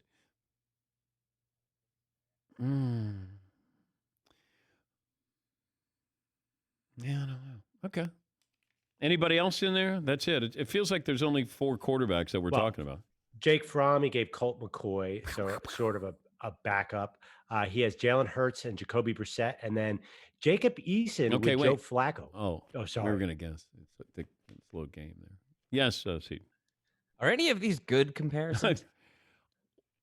I have, well, if I'm compared to Drew Brees, that's good. That's a good one. Yeah, if I'm Tua, I'm happy about it. If I'm Joe Burrow, I'm like, all right, if you say the Cincinnati Bengals, we're going to give you a younger Andy Dalton. I don't think you're thrilled with the number 1 pick overall, and he's going to be another Andy Dalton. Yeah, McLovin. What about Jacob Eason, Joe Flacco? Are you hearing Jacob Eason buzz, as they say? Remember, he was a big deal like a month ago. We haven't talked about it much. Every quarterback gets his day. Some get a week where we talk about them, fawn all over them, then all of a sudden they start to crash, and then we take them down off the pedestal. But yeah, I think, and the Stanley kid out of Iowa they like too. Yeah. Oh, he's Another got Joe Flacco. He's got a big arm. I'm waiting for somebody to show up with like a Jason Momoa arm, he's got a big arm. It's the other arm that they got a problem with. It's really, really small. Yeah, Paul. I was expecting maybe a nice Justin Herbert, Brock Osweiler height comparison there. I haven't seen that one yet. Based on height alone. Any other mocks there? I saw where the Jags are looking to trade Leonard Fournette. So, I mean, he's making $4 million this season, and I guess if you get him, and then after that, you're going to have to pay him. So the 5th year would be about $8.5 million for Leonard Fournette. I'd only want him for 2 more years. And Kansas City, I guess, is interested in him. Chiefs interested. I bet. What do I have to give up to get Leonard Fournette here? Plus, then I'm going to have to pay him as well. Yeah, McLovin. There's also a trade report out there. The Broncos want to trade up for Jerry Jeudy, which if there's a report out there, it's not going to happen, right? Well, that is Woody Page. Woody Page tweeted that out. I don't know. Remember the Broncos or the 49ers? They were going to draft a wide receiver, and then I saw a report where the Patriots want to come up and trade with the Niners to then maybe be in a position to take a quarterback. I don't know who would be telling the truth. If I ran a draft room, let's just say we all worked here, and I would say to everybody, I wouldn't tell Fritzy the truth at all because he would blab to everybody. But I would say to you guys, these are the only people who know the truth in here. And if it gets out, I'll find out, and you'll be fired. I would just say we can't let any of this information. You can't tell anybody. You can't tell your brother. You can't tell your sister-in-law. You can't do anything. But if you want to put out a fake story, fine. Do not tell anybody the truth because that doesn't help you. The false information is going to help somebody here. One of these teams will benefit from false information where somebody slides. Also understand, these mock drafts, these guys aren't able to travel freely and get in front of, pro days. And it feels like everybody sort of has a similar opinion here with the mock drafters. Although, as Peyton Manning said last hour, that's all we need is 50 more mock drafts. He said we should just have Mel Kiper on this. Peyton's still bitter about what was written about him when he was coming out of Tennessee. These guys never forget, by the way. All right, a couple of phone calls, then we'll take a break. Reggie will join us. Keegan in New York joins us. Keegan, best and worst of the weekend. Hey, what's up, DP? Hey, bud. Hope all's well with your family scattered around the globe. Thank you. I appreciate Got that. a best and worst for you. Okay. You mentioned that today is mock draft Monday. So for the best, I'm going to go with my New York Liberty, drafting the generational talent of Sabrina Ionescu with the number 1 pick of the WNBA draft on Friday. And it's not much of a gamble, but I'm calling it now that the Liberty bring a championship to New York before the Knicks or Nets. I'm curious, though, what the NFL took away from the WNBA draft broadcast on Friday, because I thought it went pretty well for a pilot run. Yeah, I watched it. You know, you have that separation there where you're not in person with somebody. And thanks for the phone call, Keegan. You know, I think one of the picks was going to Indiana, and the commissioner's asking a question, and then you have to wait a couple of seconds, and then she says something, and then you start to step on each other. Hopefully, they limit that as much as they can, or they improve that as best they can, so you're able to have a conversation there where you're not kind of stepping on each other. But yeah, I watched a little bit of the draft on Friday night, and Sabrina going to the Liberty there. Take a break here. Reggie Miller, his thoughts on the Bulls documentary. You'll find out next year on the Dan Patrick Show.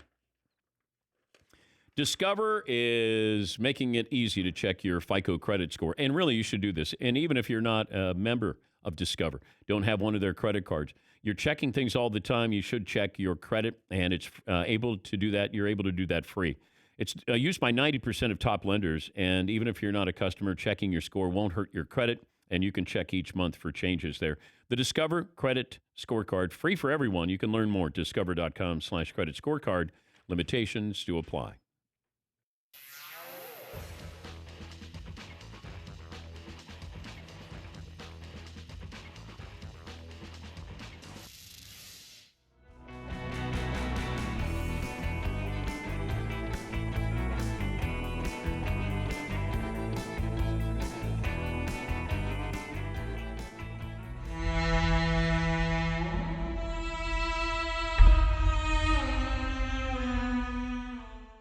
Would you rather have Scottie Pippen's life? Well, you were talking about Pippen and talking how he's on in the media a lot lately, talking about Jordan and different comparisons. With LeBron? Yes. Yeah. And then the topic was who benefited more from the other, Scottie Pippen or Michael Jordan? And then it was whose career would you want? Everything, head to toe. Scottie Pippen or Charles Barkley? I can have Barkley's career post-basketball. And basketball. Yeah. Or would I rather be Scottie Pippen or Charles? I'd rather be Charles Barkley. I mean, I'm a Hall of Famer, one of the top 50 players. I didn't win any championships, but I'm winning some championships here with my analysis. I'm beloved. I'm relevant. Household name.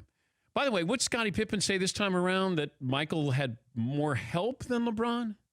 I can't keep, it feels like Scottie has maybe Scottie is complimenting himself by saying Mike had more help. Yes, Steve. So you would rather have a good post-basketball television career than a handful of rings? He's had a great post-basketball career, Barkley.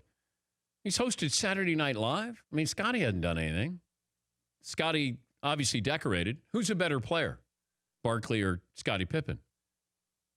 Barkley is. Barkley quite a bit. Yeah. I mean, Scottie was fortunate. He played with Mike. And Mike was fortunate he played with Scottie. I'm just surprised. I think that winning is not valued more. Well, and especially in that way. I mean, you were part of one of the most dominant eras of basketball. Let me bring in Reggie. Reggie, where do you stand on that? Wow, that's very difficult, because if you're going to embody the totality of both careers, because now you can put in Charles's post careers. Let's not forget he's won a couple Emmys as well. So to me, those are his championships. Those are like the 6 rings Scottie has. And you're right. Charles is beloved worldwide. Not to say that Scottie is not, but Scottie is loved worldwide because he played with Michael Jordan and he has 6 championship rings. Yeah. Charles is beloved not only what he did on the court, because he was one of the handful of top power forwards and players of his time, but because of what he does on a nightly basis on TV and what he says. And on top of this, because people don't talk about this with Charles, his generosity. He is continually giving to the inner city and making sure people have better lives that people do not talk about with Sir Charles. So having said all that, I would probably go with Sir Charles because if you're adding everything up, I like the lifestyle of Charles. And he doesn't care. Charles and probably, God, I'm trying to think who else can say and do whatever they want. Howard Stern. Those are the only two people that have a free license to say and do whatever they want without any really true repercussion.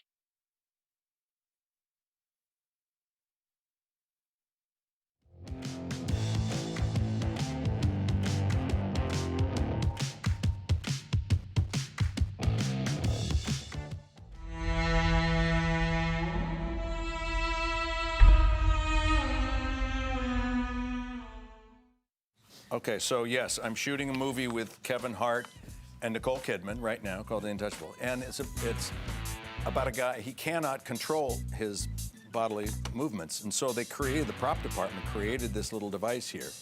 And what this is, connected to monofilament fishing wire, is an ability for me to pull it, and I get an erection underneath the sheets, just like so.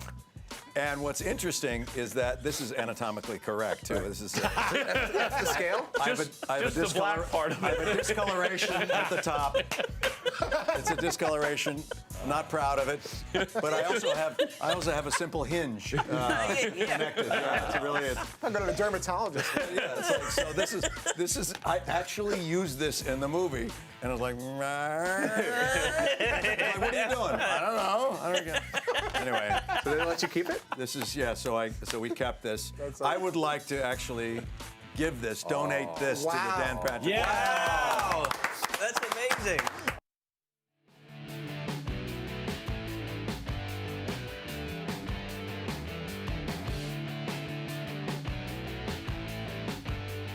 I'm not sure when Reggie Miller's name comes up in the documentary on the Chicago Bulls. People think it's the Michael Jordan documentary, which I guess it is. Without him, you don't have a documentary. But I'm waiting for that Reggie Miller moment because it is happening. And then I was told that maybe it's around episode 8 or 9 as we make way for one of the great shooters of all time, Hall of Famer Reggie Miller. Did you watch last night? I did. Reluctantly, yes, I watched.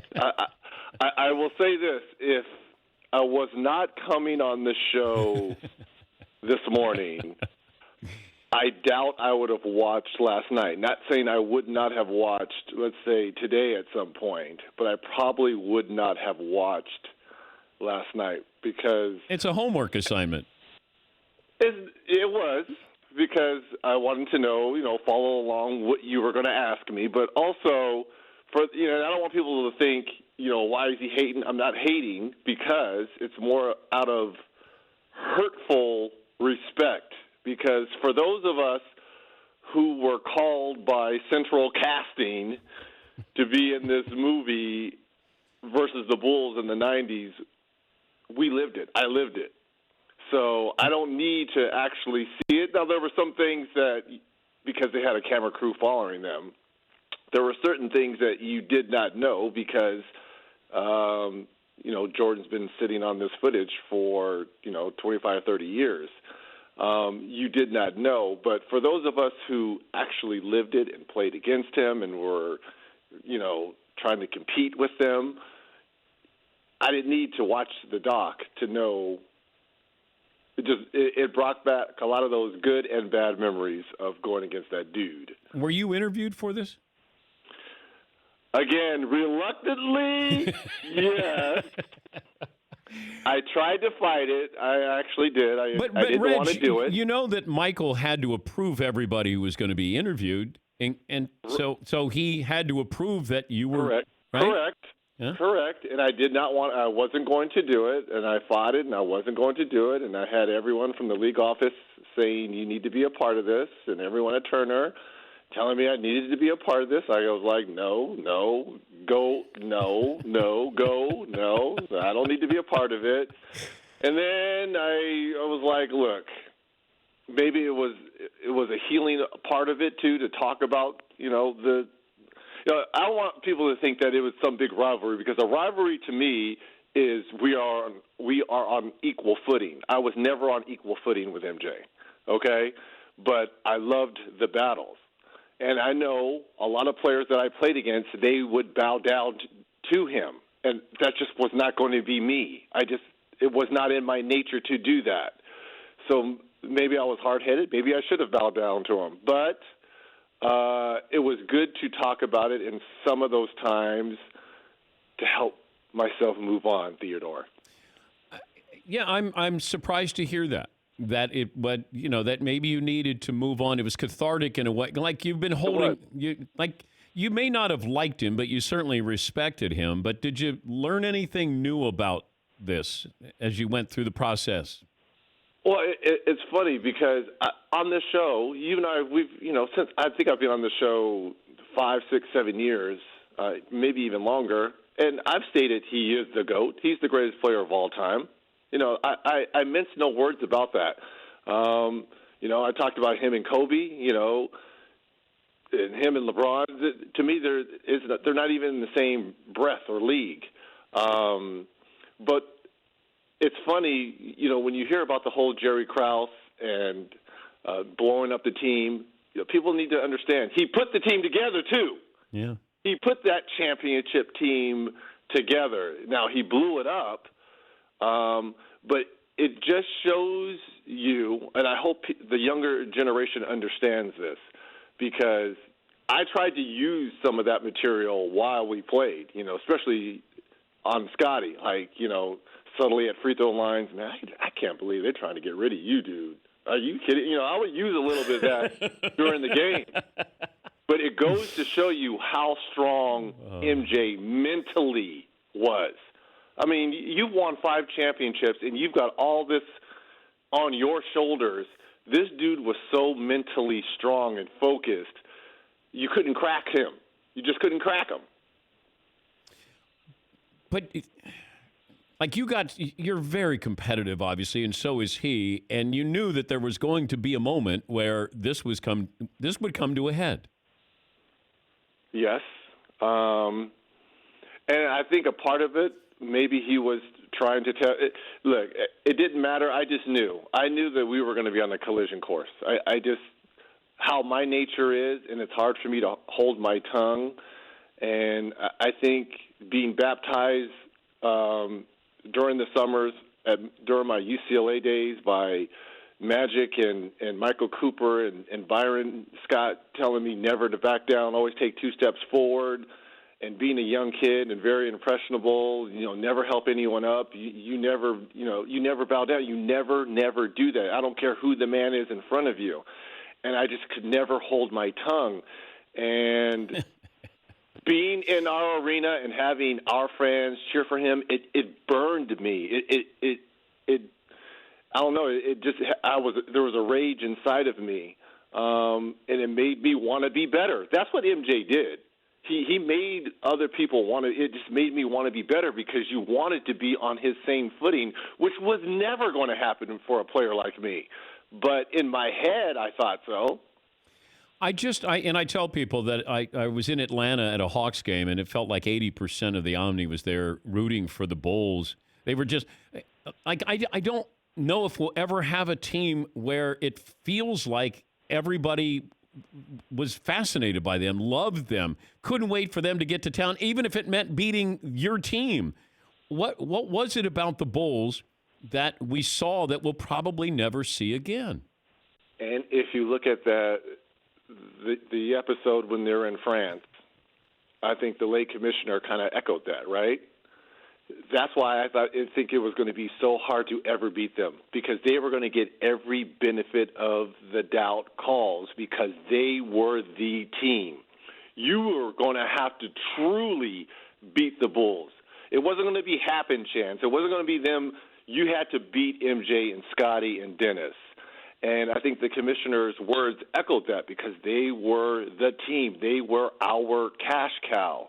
And when they came into Old Market Square Arena, and again, we're only 2.5, 3 hours drive apart, so close proximity between Indianapolis, and obviously playing in Chicago. So a lot of their fans could drive up to games, buy our tickets, our good seats, and cheer for them. So not until we started to get good while he was playing baseball in 93, 94, and on, once we started to get a great home base because we started to win and we started to see success, and our fans started to rally and get behind that. So then once we played them during the playoffs, it was more 80% fans for us and 20% fans, as opposed to it being, as you mentioned, 60-40 them, 70-30 them. So by the time we started winning, our fan base had changed because we wanted to beat MJ. We wanted to be that team. Talking to Reggie Miller, the Hall of Famer, Turner Sports NBA analyst, and one of the great shooters in the history of the game. Speaking of which, would you have rather have had Pippen on you or Jordan on you?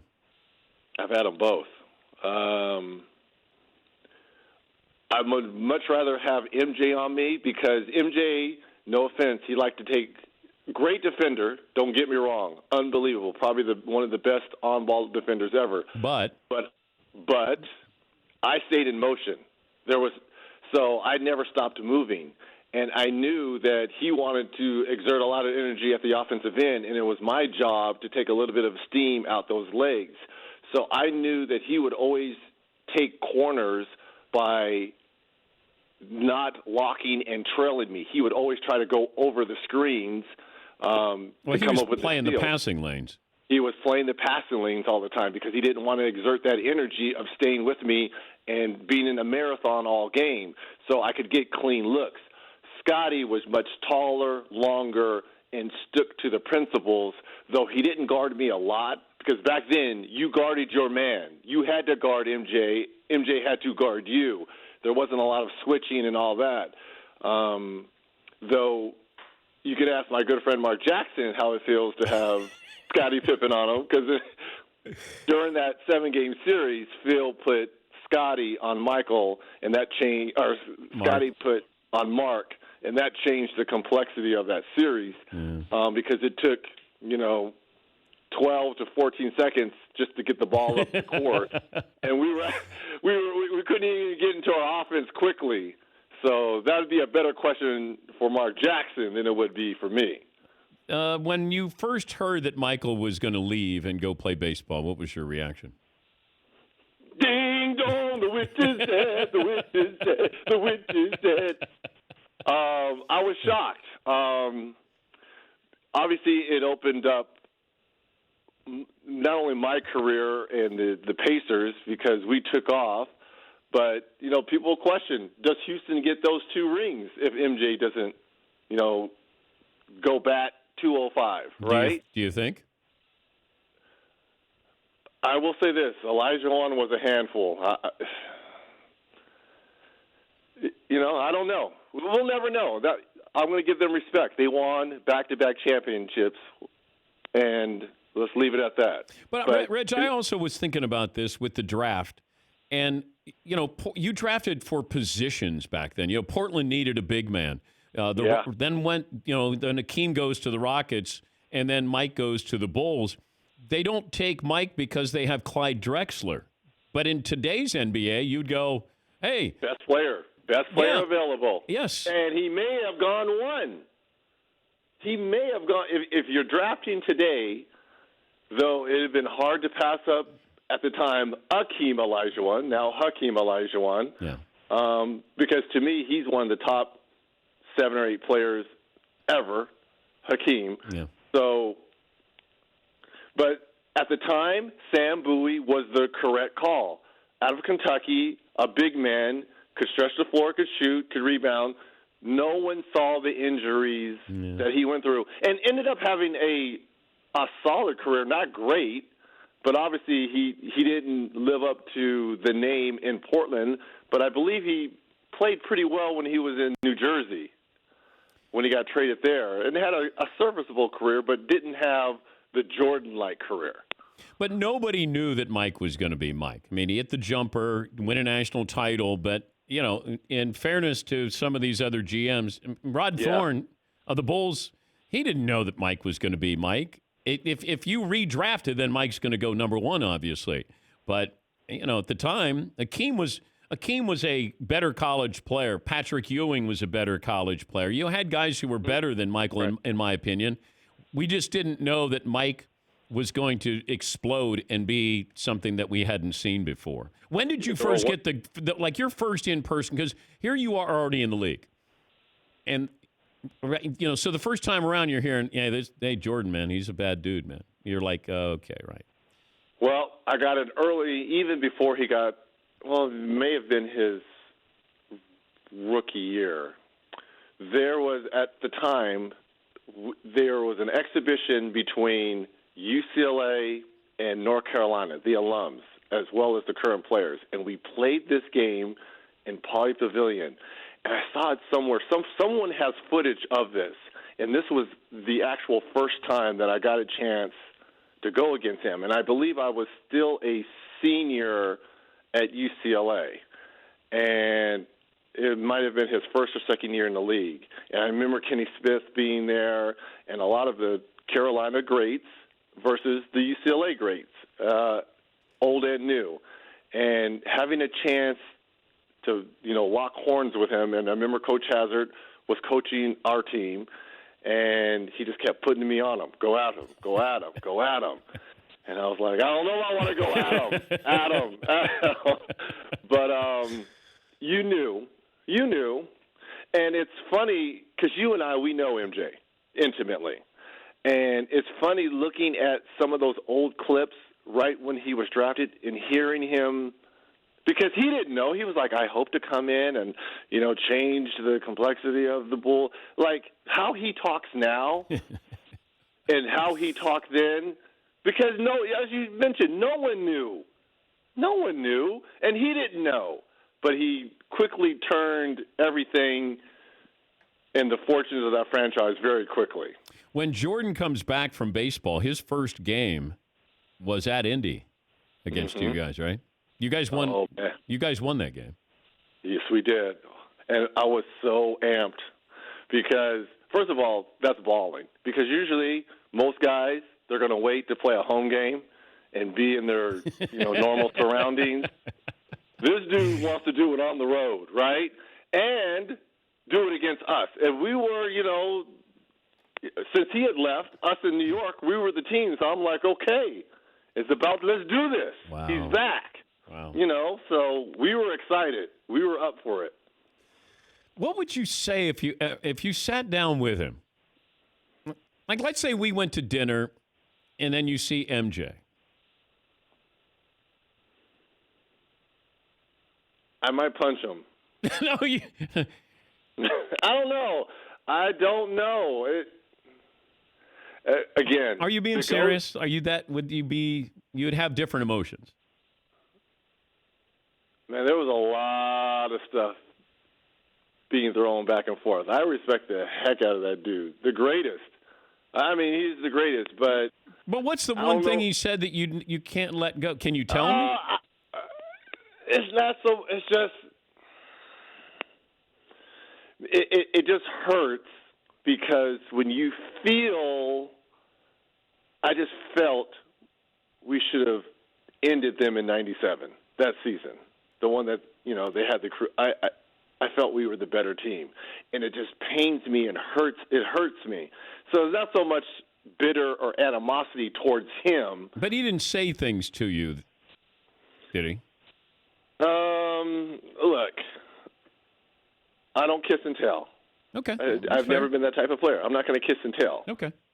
There's a lot of things said on the hard floor, and I've said a lot of things. At times, maybe I, regret. But mean-spirited stuff. But mean-spirited. It could be funny, but I don't care. You're not going to hurt my feelings. I'm trying to hurt your feelings. So you're not going to hurt my feelings. But did you get personal? Yes.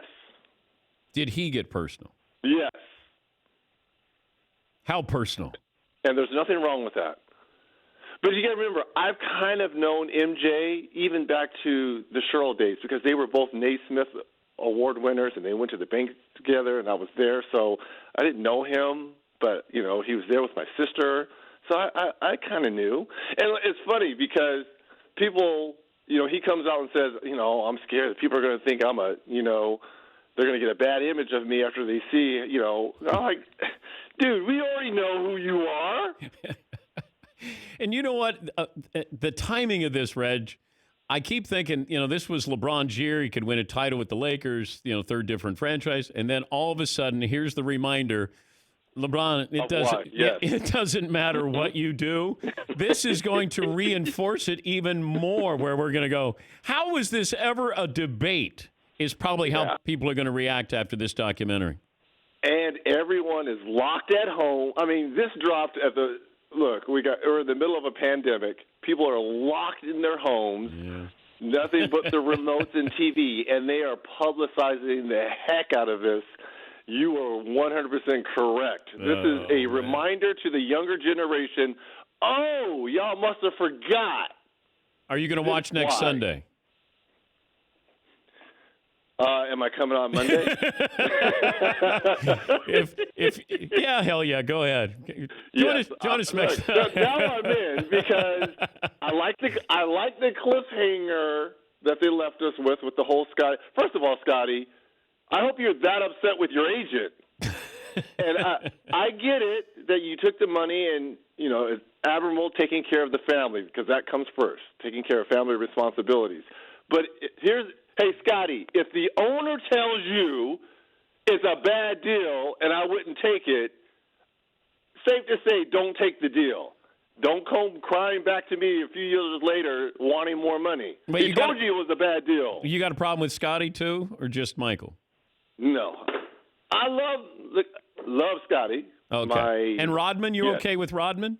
Absolutely love Rod. I love MJ. I do. Yeah, but you could punch him. But you could punch him. You wouldn't punch Kukoc or Rodman. No, I would not punch Rodman, and I would not punch because Scottie and I are the same draft, and we were on the '96 Olympic team. Nothing but love for Scottie. I have nothing but love for MJ. It's just two guards, shooting guards. We're locked up. We're holding. We're hitting. We're punching, and we're just talking to one another. No, this is what made you who you are. That you didn't. He deep down, and I don't know what he says in the documentary, but if you didn't walk towards him, then I think he would disrespect you. I think the fact that you did it. I think he's still probably going to disrespect. I don't know what he said about me. I don't know how they framed it. But he's not going to be like Isaiah, though. Nor do I care. I'm just letting people know. Nor do I care what he said about me, if it's good or bad. What about Isaiah, man? He's still that'll never go. His feelings or lack thereof of Isaiah. That's real. And vice versa, I'm guessing. That's real. That's real. But it was fun, wasn't it? Theodore, you and I were in the middle of it. I was knee deep in that, man. We loved it. Knee deep real. in that. Knee deep in that. Everyone now, buddy. Hey, let's go. Hey, let's play AAU together. Come on, man. Be on my Instagram, FaceTime chat. Come on, dude. Let's hang out. You think I'm trying to get MJ on an Instagram Live? Are you kidding me? Come on, man. Talk to you soon. I love you, brother. I love you, Theodore. My best to the been a family. while. Yeah, I know. I know the Danettes are all spread out. I miss you, Danettes. I miss being on this show, man. I miss you, man. We'll talk soon. Thank you, Reg. You got it. That's Reggie Aloysius Miller Jr. III. When I'm out with Reg, I'm always careful about this topic, though, because it is so raw about Michael. But that's because he was such a competitor. Even though he knew Mike was a better player, he sees him, he hears him, and it reminds him of what he didn't get. And Mike got it all. And Reg, I think that's why it might be cathartic. I think that he has to talk this out a little bit more. Because Barkley can laugh it off. Reg, I think, internalizes it. Take a break. Last call for phone calls back after this.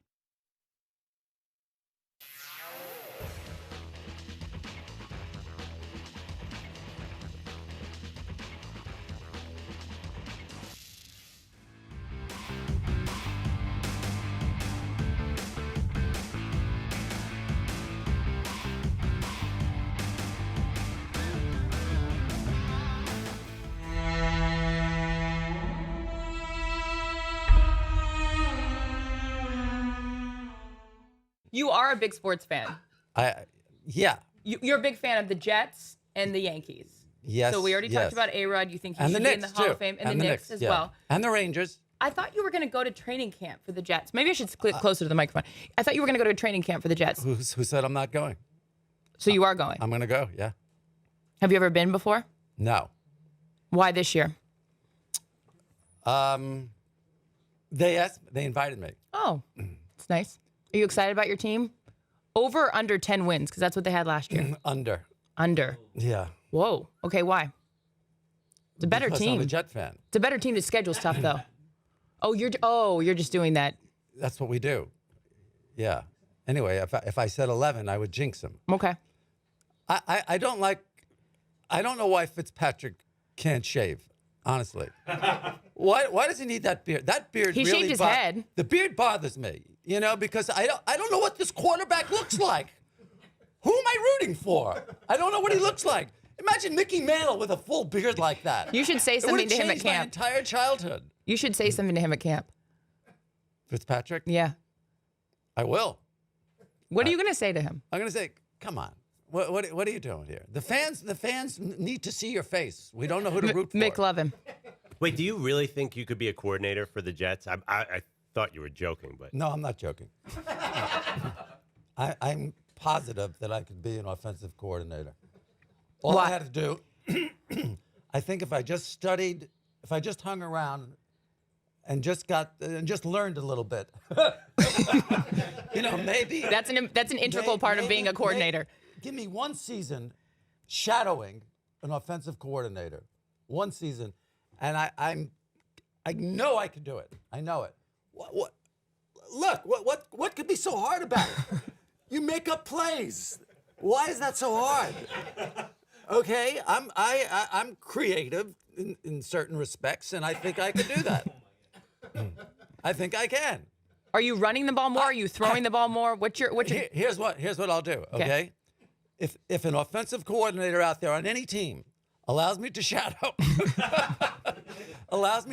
for a year, okay, I know I can do the job. So any offensive coordinator out there that will allow Larry to shadow you for a year, call in right now, 877-3DP-SHOW. Yeah. And I might make your dream come true because we're in California, Disneyland. That would be fantastic. The greatest place on earth. By the way, if it was the Rams, that would be great because I wouldn't even have to go anywhere. Very convenient for you, yes. Very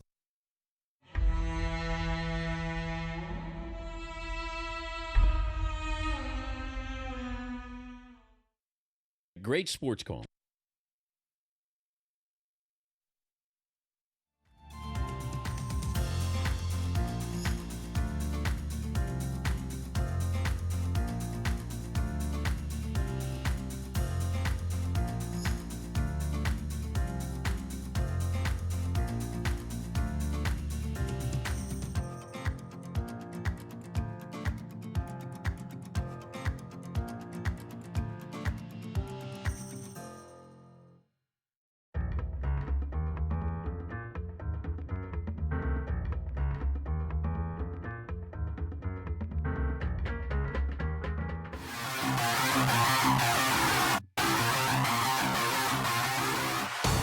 Another hypothetical, what if there was a hole in your pool and you did a really good job sealing it with a certain kind of material? What would that be? Caulk off. A caulk off. Well, that would be for your bathtub. Bathtub. Yeah, not your pool. Well. I actually Googled. They use it on pools too, but bathtub would have been better. Thank you, McLovin. Should I walk off? Yeah, yes. If you're a school teacher and you write a lesson on a blackboard, it's really, really good. It's called a chalk off. That's right. Greatest show on turf. The running back there would have a falk off. Let's be careful here. I know, with caulk and falk. Yeah. We're really treading. Oh, no, Fritzy. I was going to say, if we're having a contest, who could eat the most sausages, that would be a sausage off? I thought we were going with walk off, talk off, and that's why I did talk off and talk off. If you come to a spot in the road and you pick the right road to go down, that would be a fork off. A fork off. There you go. But you realize that none of those rhyme with the jokes that we've been making.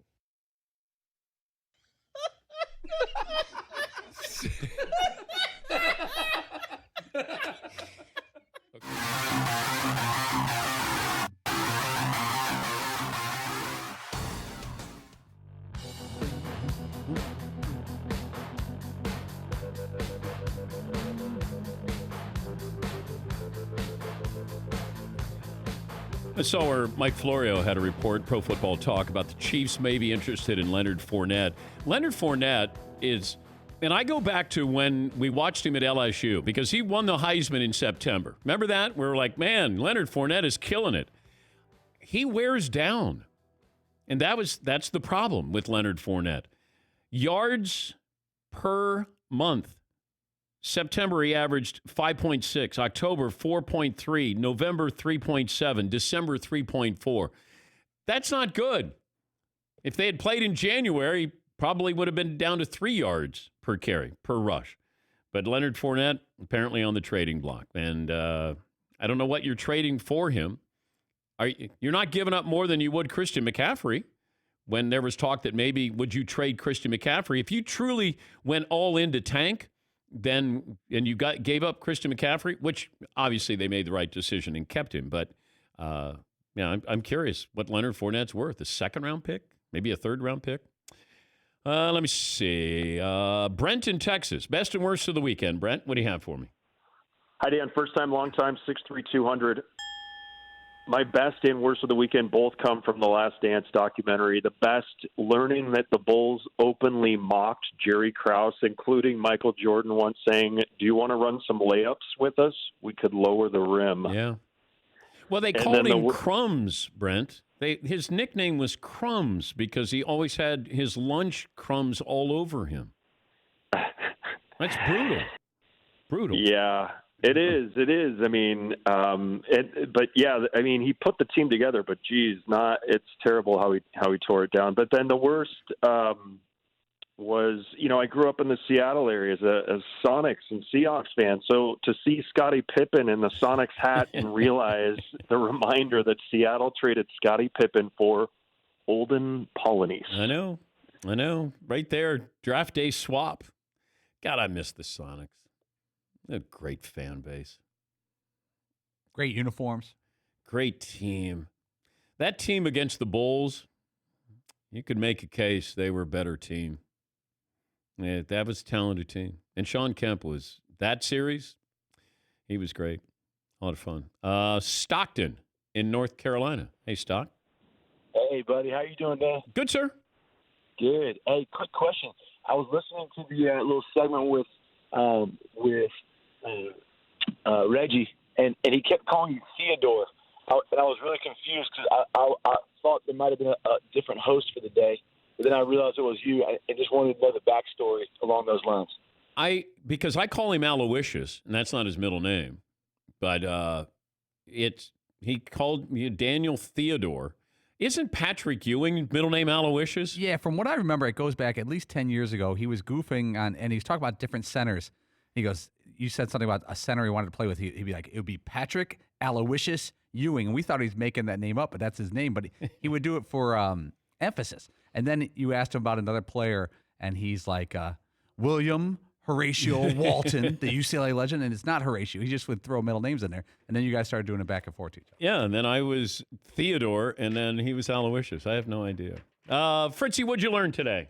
Reggie Miller shocked and thrilled to hear MJ was stepping away from hoops for a while to play baseball. Yeah. Ding dong, the witch is dead. McLovin?